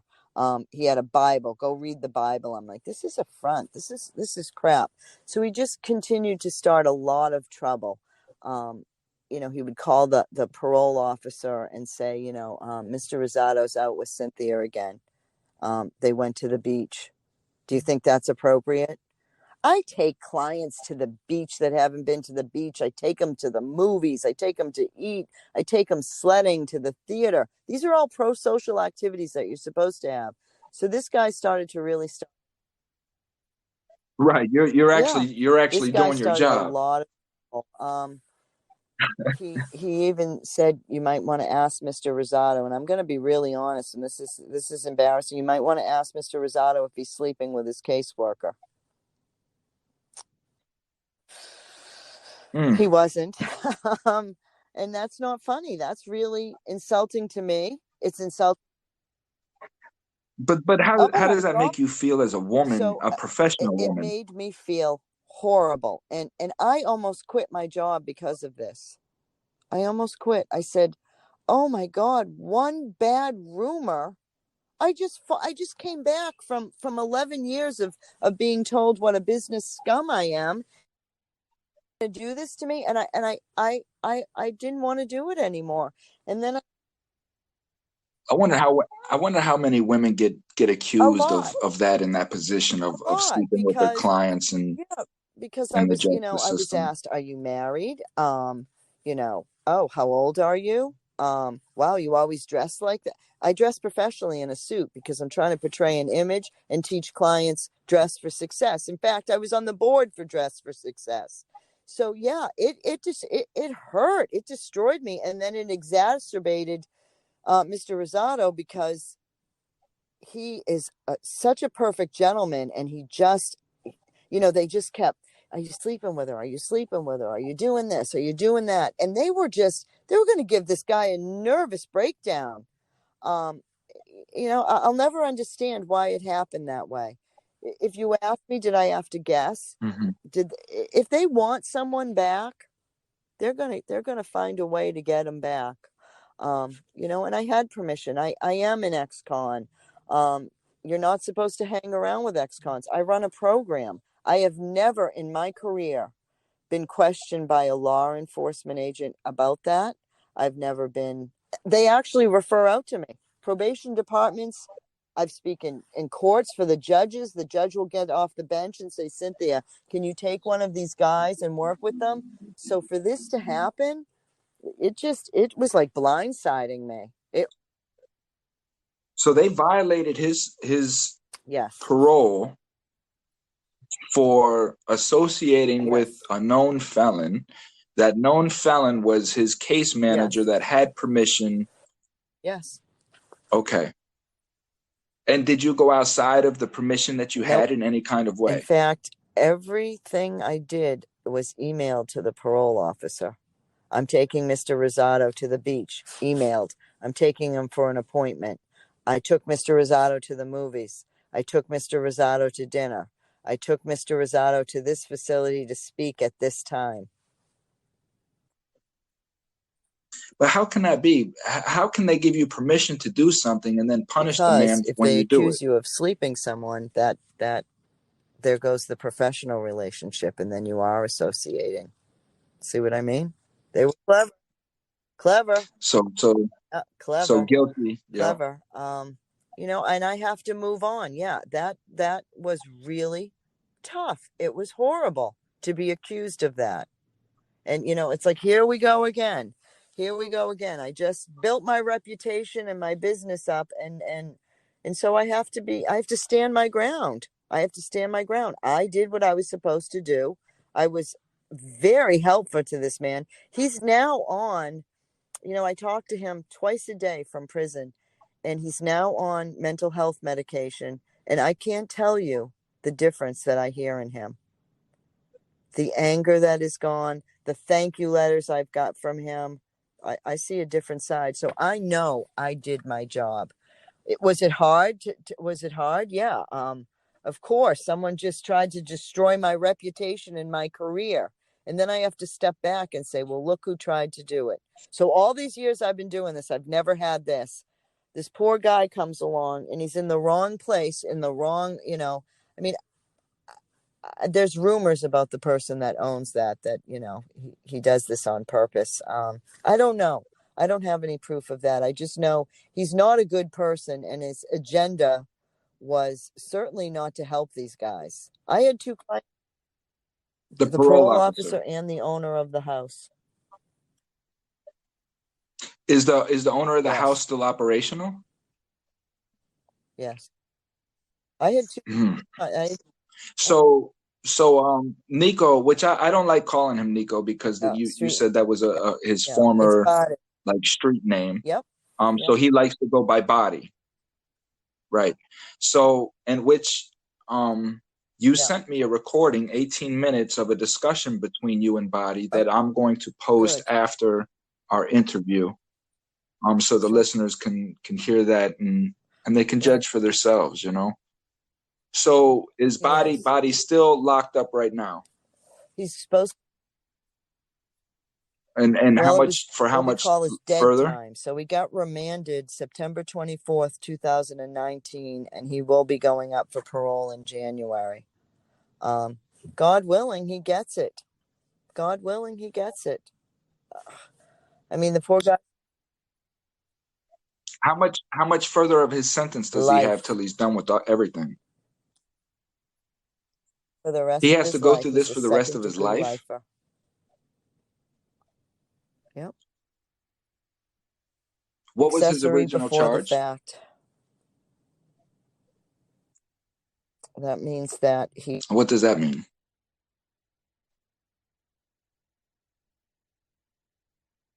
You went out on me. Okay. So what... Hello.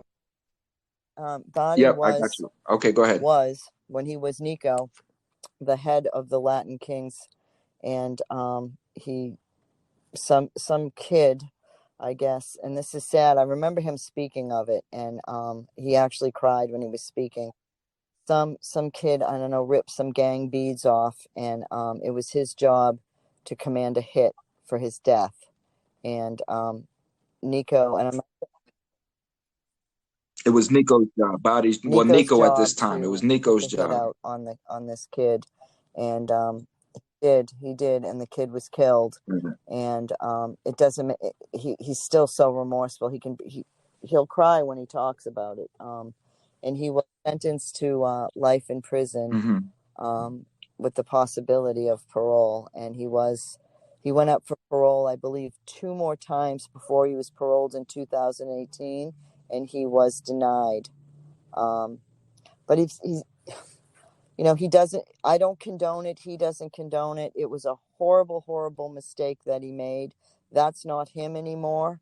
He spent 26 years, behind. And in that time, I guess they have a gang class where you renounce gangs. And I do know that he didn't want to be it because he did have 2 gang tattoos.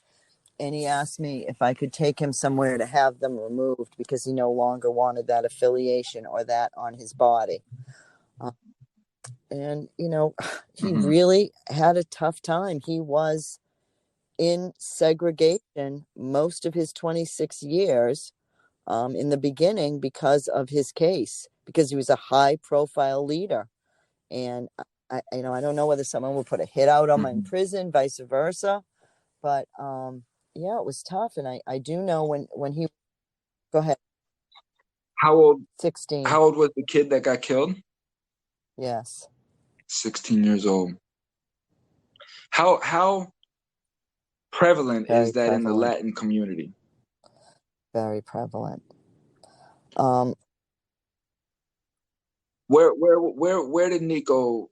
Where was he born and raised in Puerto Rico, and at 5 years old, he moved to New York, Long Island, and he was raised there. His father was a merchant marine. His father was very abusive, just constantly beat him. I mean, he told me stories that my mouth drops how he beat him so bad. And I'm not making any excuses, but he's a very bright man. And I can see as a child, he goes 100 miles an hour in his body and his mind. So he's getting beaten and he can't sit still. And he's always beaten. I guess he took off. And as many of these, I hear when I interview these former gang members, that almost that becomes their family. I think you heard me ask him, did you like that life? And he's like, not really. I looked over my shoulder. I mean, I don't know why he got in that. He just said he got in that because he did. He took off from his family, and his father was awful. He's got a lovely mother. I've spoken to his mother. So he was raised in New York, and he used to roll like in Manhattan in Studio 54, Studio 55. He led that life. He was I mean, I guess if you read the paperwork, he was, I think they call it the Corona, which is the executioner. Yeah. So, yeah, and I'm interested. Yeah. I was because I listened to the recording and and I gave you some questions to ask, prior to that, and he answered them, and I was I don't know, surprised. I guess surprised. Mostly, the 30-second travel. I guess maybe I thought he would have went back to his decision to join the gang, but he really didn't even speak on that time at all. Yeah. His first time, because he said he would split it. He would go back to the dog training, certification, and then the second time had to do with meeting with you. What got me, because he started to cry. I don't know if you caught that. So he will talk when he's speaking to like young adults or someone about all that we're talking about. He doesn't like to really think about it because that's not him. But I guess what got me and made me cry during that was because I started to cry because I was there the day. So I asked him the question that you helped me with. Thank you. Or that actually you gave me. And it was, where could you go back for 30 seconds? Well, I remember that day that he was referring to. And I know you probably wanted that split decision. Do I go to a gang? I don't know. I think sometimes you maybe he represses that. I don't know. That would be, maybe to deal with his therapist. But I do remember that day. He had not been to a beach. And I remember I took him to Cranes Beach in Ipswich, Mass. He got out of the car and his foot, like he described when he started to cry on the interview, touched the sand and he dropped to his knees and the tears rolled down his face. He said, I never thought that I would ever get to see this. I never thought that I would get to feel different things. So I guess, maybe he should have elaborated, but again, he's behind the wall and he's careful. It's a recorded line. He wanted to move forward with his life and like do like the movies. I remember him crying mini golfing. He never did any of these things. So I guess, he always used to say that he'll never forget that moment. And it's funny, you said 30 seconds. He always said, I will never forget walking over the dunes and seeing that ocean and my foot touching the sand. So that's his 30 seconds. That's his. And and there, of course, there's no right or wrong. Of course not. But I guess, what I would ask, Bady now is like, in that moment, first I'd have to understand what happened the day that he decided to join that gang, right? And get involved in that lifestyle. I'd have to understand where where he was at, personally at that time. And now I guess I would like to understand if he had a choice to either join this gang or do something else, right? What was that other choice? Because we all have choices. He used to. The sad thing is that he was on the right path. I don't think I've ever quite gotten an answer. What was the day? And I like that, and I might ask him that, and then I'll give you the answer. He is a 6th-degree black belt in karate. He used to compete all over the place in MMA fighting. He was high up there, and it loved him. He loved that. It kept him disciplined. I don't know what it was, whether he got away from it, because I do remember his father was a merchant marine and in martial arts. I don't know if maybe that was a rebellious thing against his father. I'm just putting it out there as a guess based on working with him. Maybe rebelling against everything. This guy's always beating me. I don't. Yeah, I'm just curious because from like his whole life as what it's been for the last 20 something years is the result essentially of him joining a gang and everything that led into that. Is he reflective on that? He does. He's so ashamed of that, what happened, his crime. He's so ashamed of it. He it's did a hard say thing, that. Because we can never lose the fact that, somebody lost their life. Somebody died. And that person's not here anymore. That person can't produce. That person can't love. That person can't be held. Exactly. And it's a very, very tough thing. I did hear him once speak. And I remember him saying, I think somebody asked that question, what was it? You're not into drugs. You sold drugs, but he never touched a drug in his life. And somebody asked him what it was that was, and he said, well, I guess my addiction was the money. I made a lot of money doing it. I had a lot of power. So, power and addiction. It's an addictive thing. Just like anything else. An overabundance of anything can become an addiction. It doesn't matter what it is, If we're living an egotistical life, if we're feeling like I have to have chains and I have to have cars and rims and I have to have beautiful women on me, and in order to have beautiful women, that has to be money. All of that is what makes my stature as a man. Yeah, then that's what you're going to do. That's exactly what I mean. And that's what I ask the street life. all the time. Why are you? What are you doing? What? He's like, I like it, and I always say, well, that's called excited misery, and that's what it is. Excited misery. Me, I'm too tired. I'm too tired to be keeping up with people anymore. I don't care. It's too much, man, and we lose sight of who we are. And the next thing you know, you're buying crap that you don't even like because somebody else likes it. I know. I'm catching.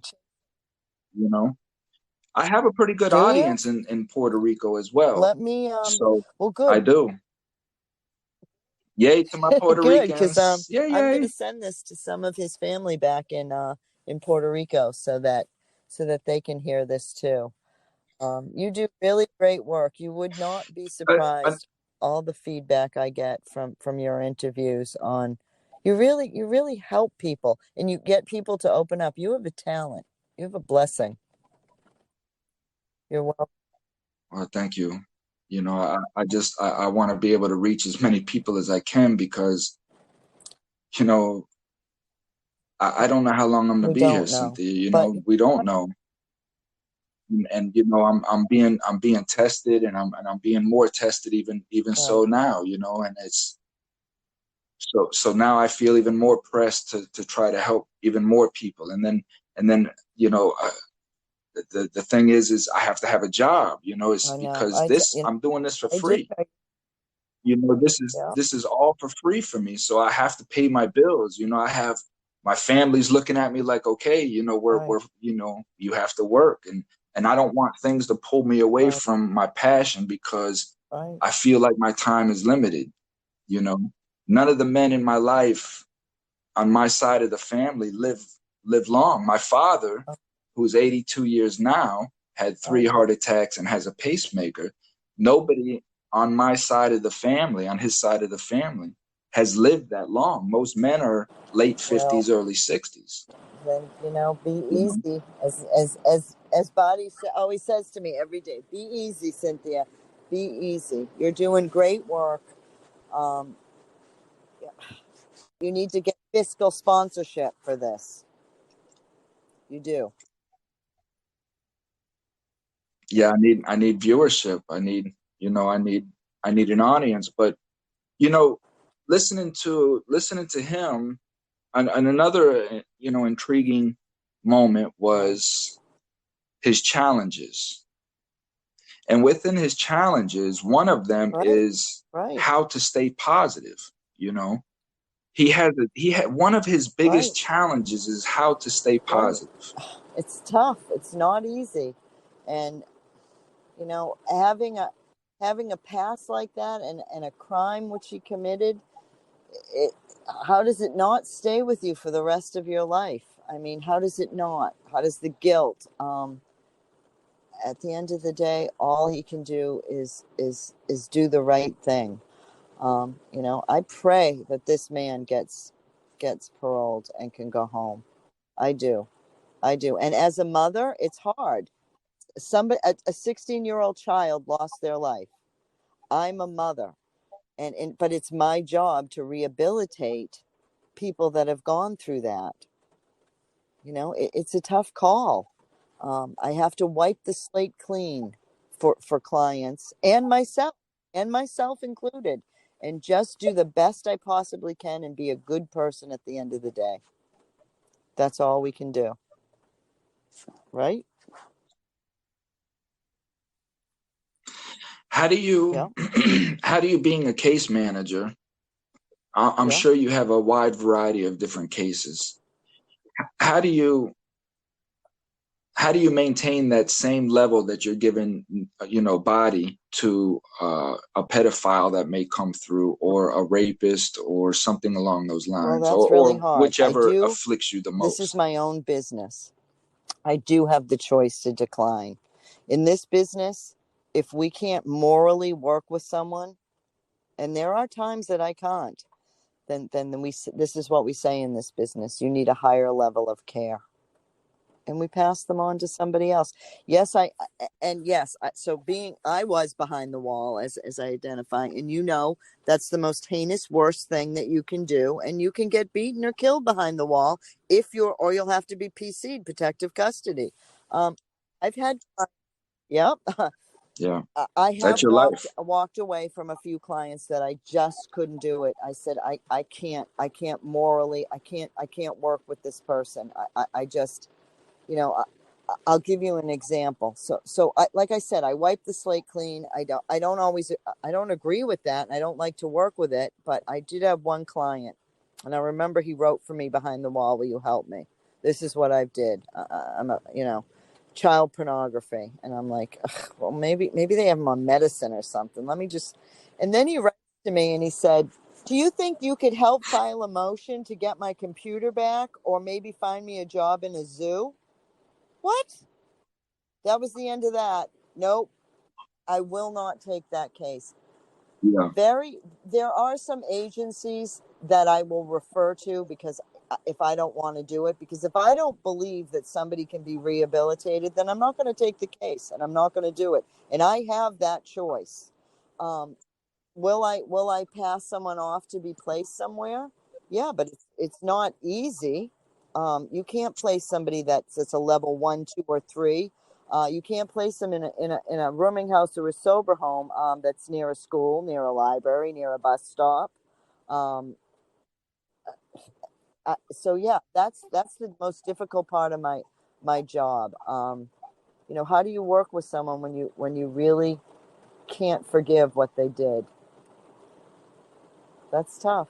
So I usually pass them off. But I do. It's fun.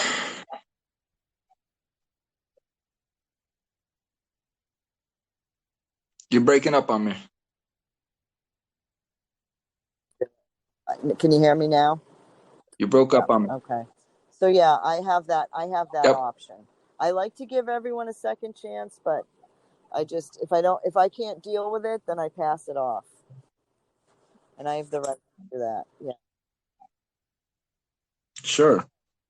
Well, and I think that's the respectable thing to do, and that's the honest thing to do. I mean, if I know that I'm going to be hindered by my own misunderstanding or whatever it is, right? But I know that it's going to hinder me from hurting this person. I do want this person to get the help that I know that this person needs, because the last thing I want is this person going back out into the world without getting the help that they need. So I think that's respectable, and I think that's very honest of you. And I definitely think that we need more of that today. I will refer is just them for out people to just to somebody be that honest. specializes in that.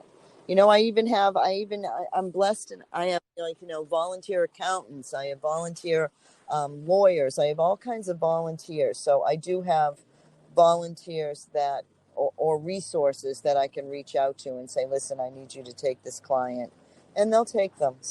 And that's their job, and I'm blessed that they do that, because you're right. If I'm really biased, how can I do my job and give them the best care? I can't, and it's not fair. It's not fair to me because I'm going to be angry. It's not fair to them because they need help. So, yeah, that's the way I handle that.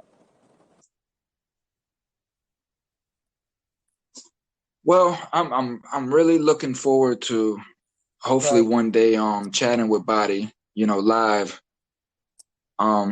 working with him and meeting him. Is there anything else that you want to promote, to speak about, to get out there's a into the petition open? online for Bady to sign to get him out. So if people want to be kind enough and sign the change.org petition to get him paroled, please, people, keep in mind he did not commit another crime. And that's important, because I can understand why people would not want to sign or support somebody to get out parole that didn't change. That committed another crime. His only crime was being with his probation, his counselor, his case manager, that was assigned to him, who just happened to have a prior record. Send me that link again. I know you had gave it to me. I know I signed it a while back, but send it to me, and I'm going to make sure that it's on my Free Me site on Facebook. So if anybody wants to go, you can just go to Free Me Podcast on Facebook, which is my page. Perfect. And you can sign. You can find it there and sign it. Thank you. Absolutely, Cynthia, and thank you for the things that you do for me. I mean, I wouldn't be able to be doing what I'm doing without your connection. So thank you. All right. Thank you for listening. I appreciate it. Thank you for the interview. Okay. Absolutely. Thank you for all the information. And I'll have you on again. Okay. Can you please state your name for me? Baudilio Rosado Diaz, also known as Nico Rosado. Why do they call you Nico? That's the name I got sentenced under. Is that your street name? Yeah, used to be. Used to be. You're not the same person anymore. So you're a former Latin king, correct? Yes. Former. And you did how many years in jail? 26 years. And now At first, and now I'm back remanded, and I've been back since September 24th, 2002. And that was you didn't commit another crime, correct? Correct. This is a technical violation, right? Yes. And the technical violation, from my understanding, is working with a convicted felon, and that would be myself, the person interviewing? Yes, who got approved to work with me. Okay. All right. So, do you think anything from your past or your childhood led you into a life like you used to lead?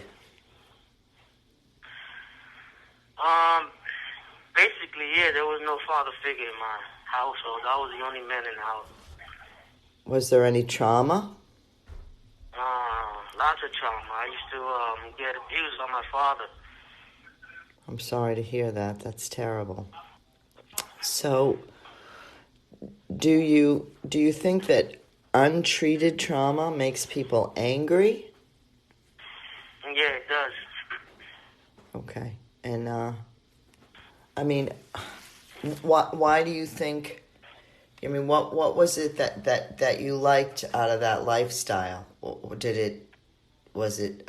I don't know, because I've never led that lifestyle. What was that? Well, basically, I didn't like it at all, because you have to look over your shoulder every 5 minutes. So, and survive in the streets and live in the streets. Okay. All right. And so, if you had all that trauma, and then you did 26 years behind the wall, how difficult was it when you got out? And what kind of help did or did you not receive? And then I'll ask you those other 3 questions that we were talking about before. Was it really difficult to go back into society?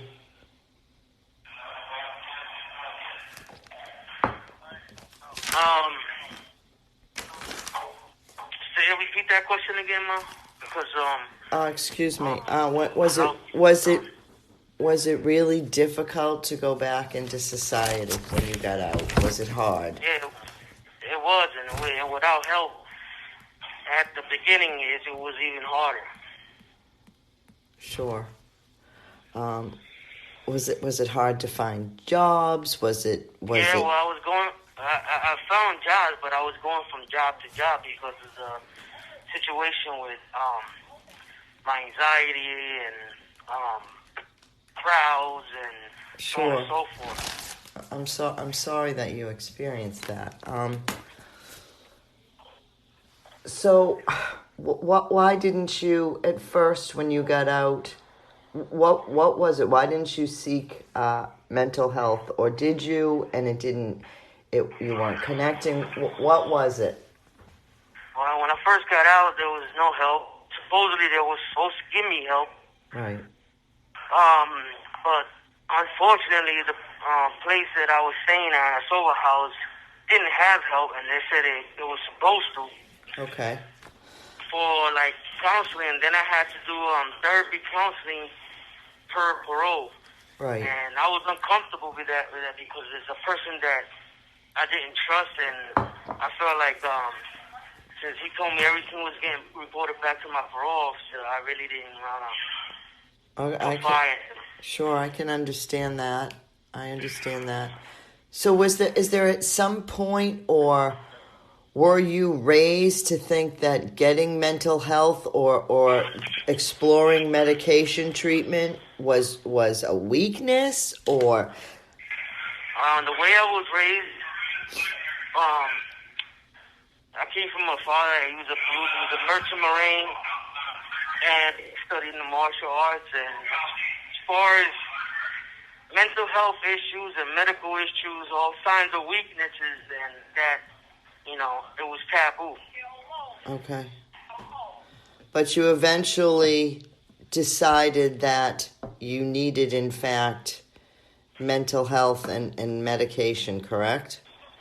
The time I came out, at the end of the time that I was in society, yes, I opened up and decided, you know what I mean, and realized that I needed help, and I gotta accept my disabilities and seek for treatment. That's admirable. That is. And somebody helped you, correct? Yes, you did. Okay. What do you think, Bady, that your biggest challenges today are? My biggest challenges right now is get re-paroled. Okay. Continue my therapy sessions and my medication doses for my diagnosis and my medical issues. Right. And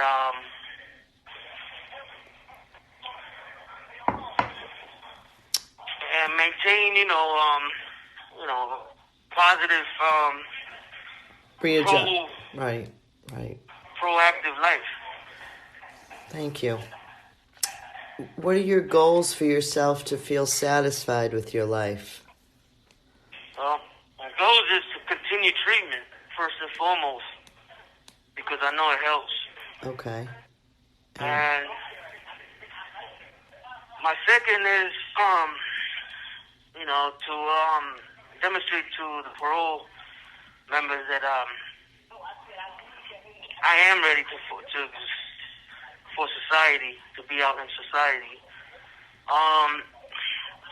To get a legitimate job, right, wherever I get approved to go to, right, so I can maintain and get the necessary things that I need in life. Aren't you a dog trainer? Yes, and I was about to get there. Excuse me, I apologize. To file for another business license in the local area where I get paroled to, right, and to fill up government grants so I could get money so I could open my business legitimately. That's a nice goal. That's a good goal.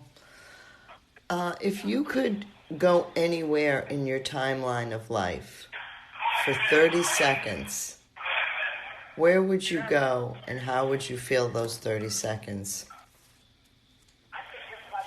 Well, I would go with, it's kind of a split 30 seconds. Okay. And I'm going to explain to you why. Okay. The first time that I got my business license for dog training. Yes. And the second time that somebody made me realize that I did need help, the right, proper help. You can identify the person. It's fine. The second time was when I met you, and you demonstrated to me that I did need your help, and with help I could succeed out there. Okay. Was there a special? Were there special activities, pro-life activities that you thought helped you your mental health? The first time that I got out, I experienced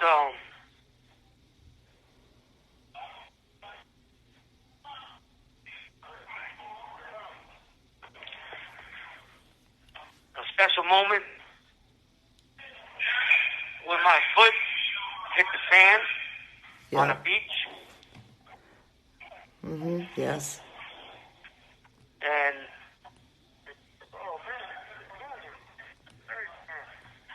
give me a minute. Kind of emotional. Thank you. I understand. It made me realize that there are good people in life. Yes. That do want to better yourself. And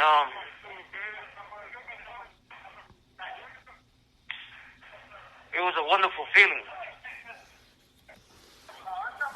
A feeling that I would never trade.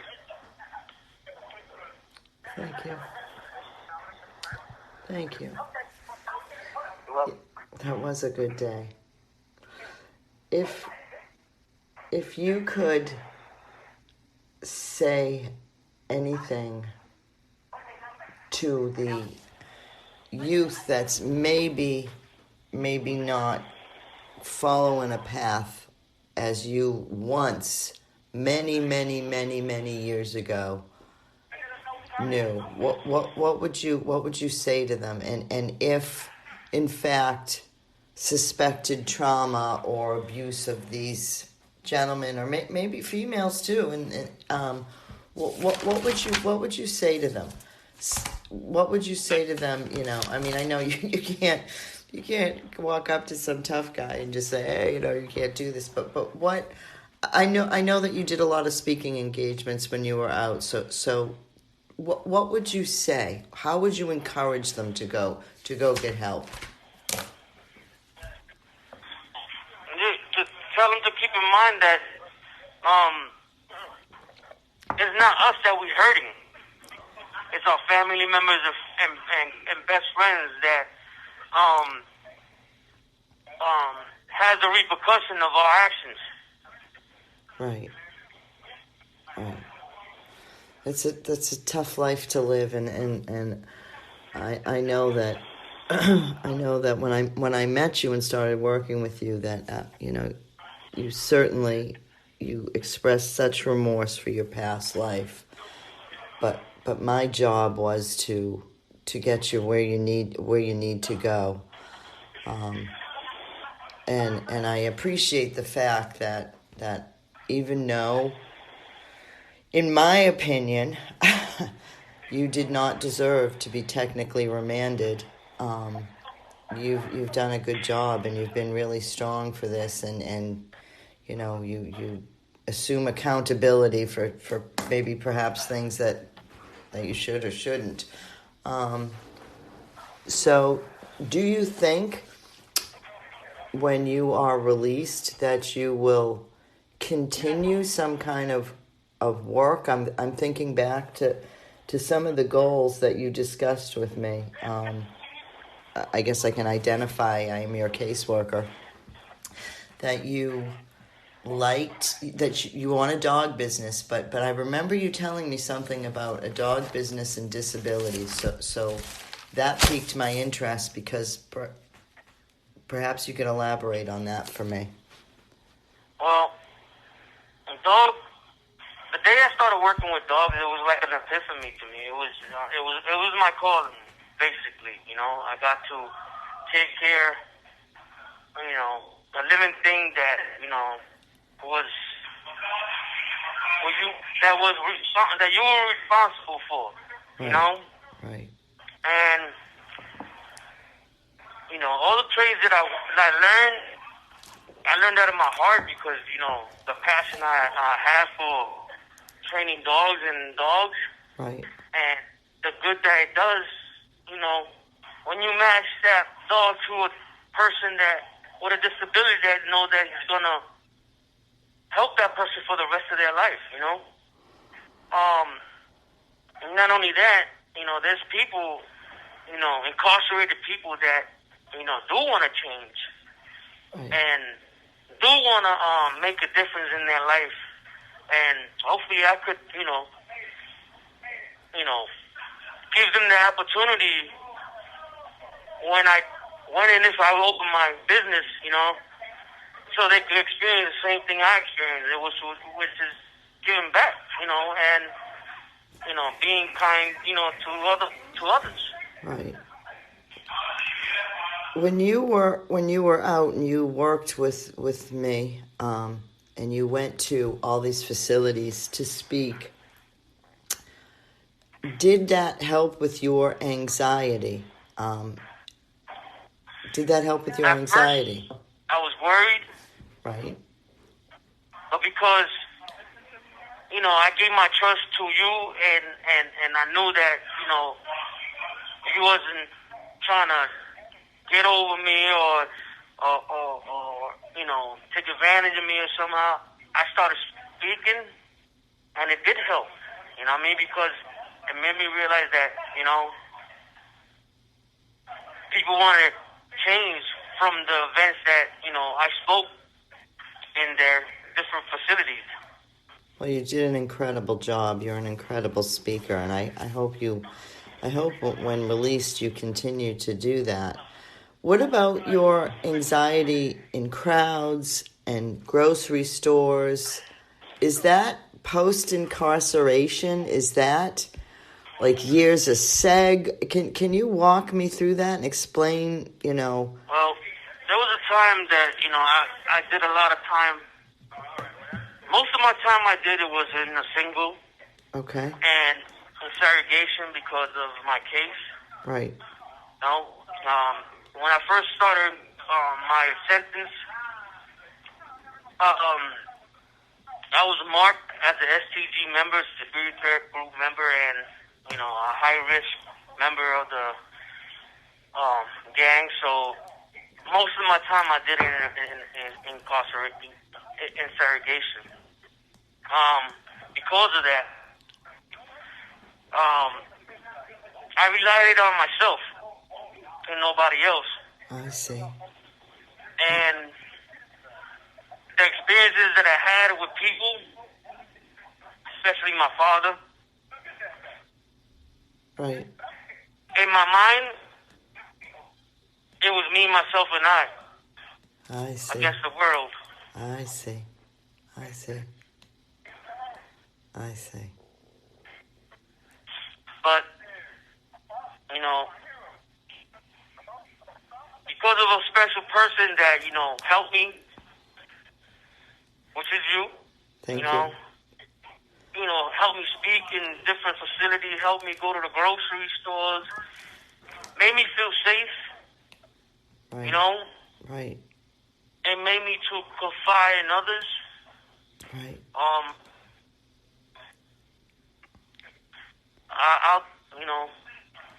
I'll do it all again. Do you think that helped in restaurants and so forth too, little by little? It did help in restaurants because at first I didn't want to go to restaurants because of the people in the crowds. Oh, I see. Every time I went to a restaurant, as you know, I always picked the table away from the people next to the door. That's true. That's true. So, but you made me realize after a while, going to different restaurants and being in a good atmosphere, that restaurant and good places. Yes. Unconsciously, I was not even asking. You have 1 minute left. I was not even asking for, that certain table at the end. Right. I'll call you back. Mr. Rosado, okay, shall I... Okay, all right. Okay. I'm going to call you back after 25 minutes. Okay, thank you. Right. Thank you so much. Okay. You're welcome. Bye-bye. Bye. So I hope you guys enjoyed that discussion. I left as the bonus there in the end, so you got to actually hear Bady's voice and his responses. He sounds like a good dude, man. Sounds like a really good guy that just got caught up in a lot of bad circumstances and didn't know how to navigate those waters.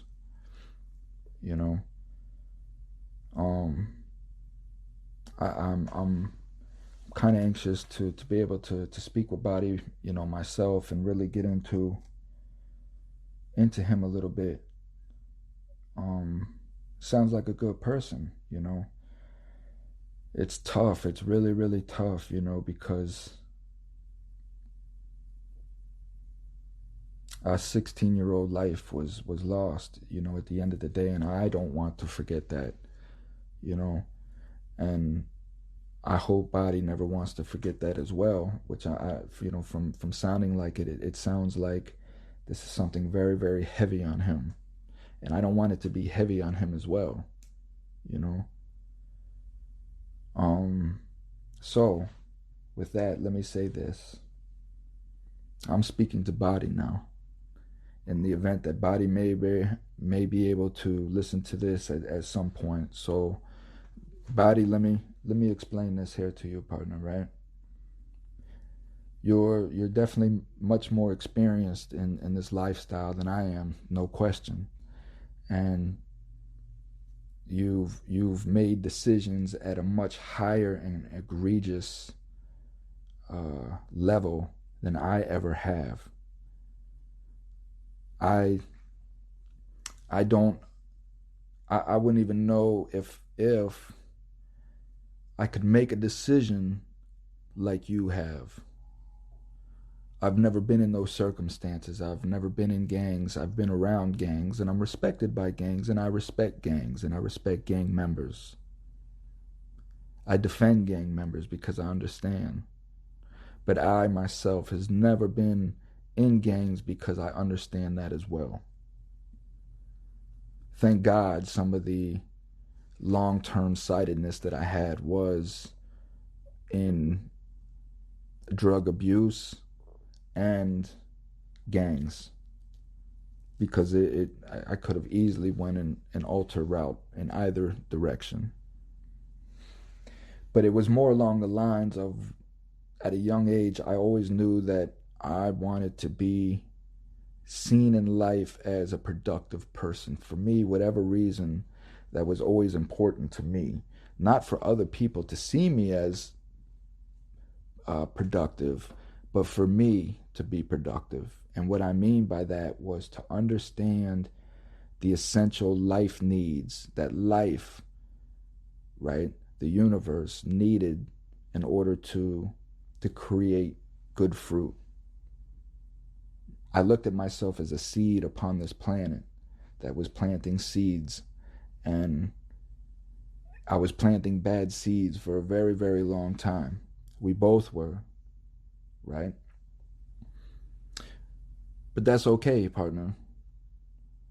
And what I want you to understand and realize, that the decisions that you've made in your life were other people's seeds. This is my message that I try to get out to people, right? They were other people's seeds. True enough, you made the decisions, but and in the process of making those decisions, you think that you're the big man, and you think that you're in control, and you think that you're making these decisions. But these decisions that you're making have been implanted in you by outside entities, because you were influenced by outside entities that created you into making these decisions, right? So the important thing to understand about that is, now you're a grown man. Some of these decisions have put hurdles in your way, partner. Some of these decisions have put hurdles in front of my way, right? And I understand that. This is where I blame my parents at, my teachers, my elders, because they didn't properly teach me as an individual how to avoid these pitfalls and these hurdles. Sure, they would tell me at times that things were going to happen to me or whatever, but it wasn't properly taught to me as an individual myself, because I always had a different way of learning. And I'm finding that that's a lot of people's issues. That may have been your issue. You may have had just a different way of learning that nobody really understood. But we're grown men now, right? So with this education that we have, now we understand that I am responsible for me. No one else. I am responsible for me. No one else. The decisions that I made were decisions that were put into me from a corrupt system, let's just say. Right? I wasn't making decisions on who I am, because I'm a loving person. I've hurt people, yes. I've been an angry person in my life, yes. But that isn't who I am. I'll pick up a frog or a lizard off the porch and sweep him outside before I kill him. I'm very, very quick to not kill, because I respect all living things. Doesn't matter what it is. My biggest phobia is roaches. I hate roaches. They paralyze me. They cripple me. That's the only thing that I really... It's boy, I'll tell you, roaches, I don't know what it is, but roaches give me the heebie-jeebies. The heebie-jeebies. They do, man. And the thing of it is I won't even be quick to kill them. I really don't even mess with them. My lady knows she has to go get the roaches. I can't have bad experience with roaches. I'll grab the whatever other little creatures happen to come upon our path. I'll grab all of those. Bears, lions, tigers, I got all of that until they maul me. But roaches, okay, so moving forward, moving forward, right? So the point is that I respect all life. They're here for a reason. And I'm not a person that wants to hurt. I want things to flourish because I understand now as a grown man that everything is just trying to survive in this world for which it was placed upon. To do just that, to survive. And it survives with the tools that it was given to survive with. So now, brother, it changed my life because now I make my own decisions. I decide when I get mad. I decide when I get sad. I decide what decisions I want to make, not influenced by anyone else. If this man is in my face and he's yelling at me and he's screaming obscenities and he's talking about my children and how inefficient I am as a father, it doesn't matter to me. Why? Because the man is a fool. He's a fool, one, because he don't know who I am. He may be seeing some of my actions and he may be gauging those actions, but he don't know why I committed those actions.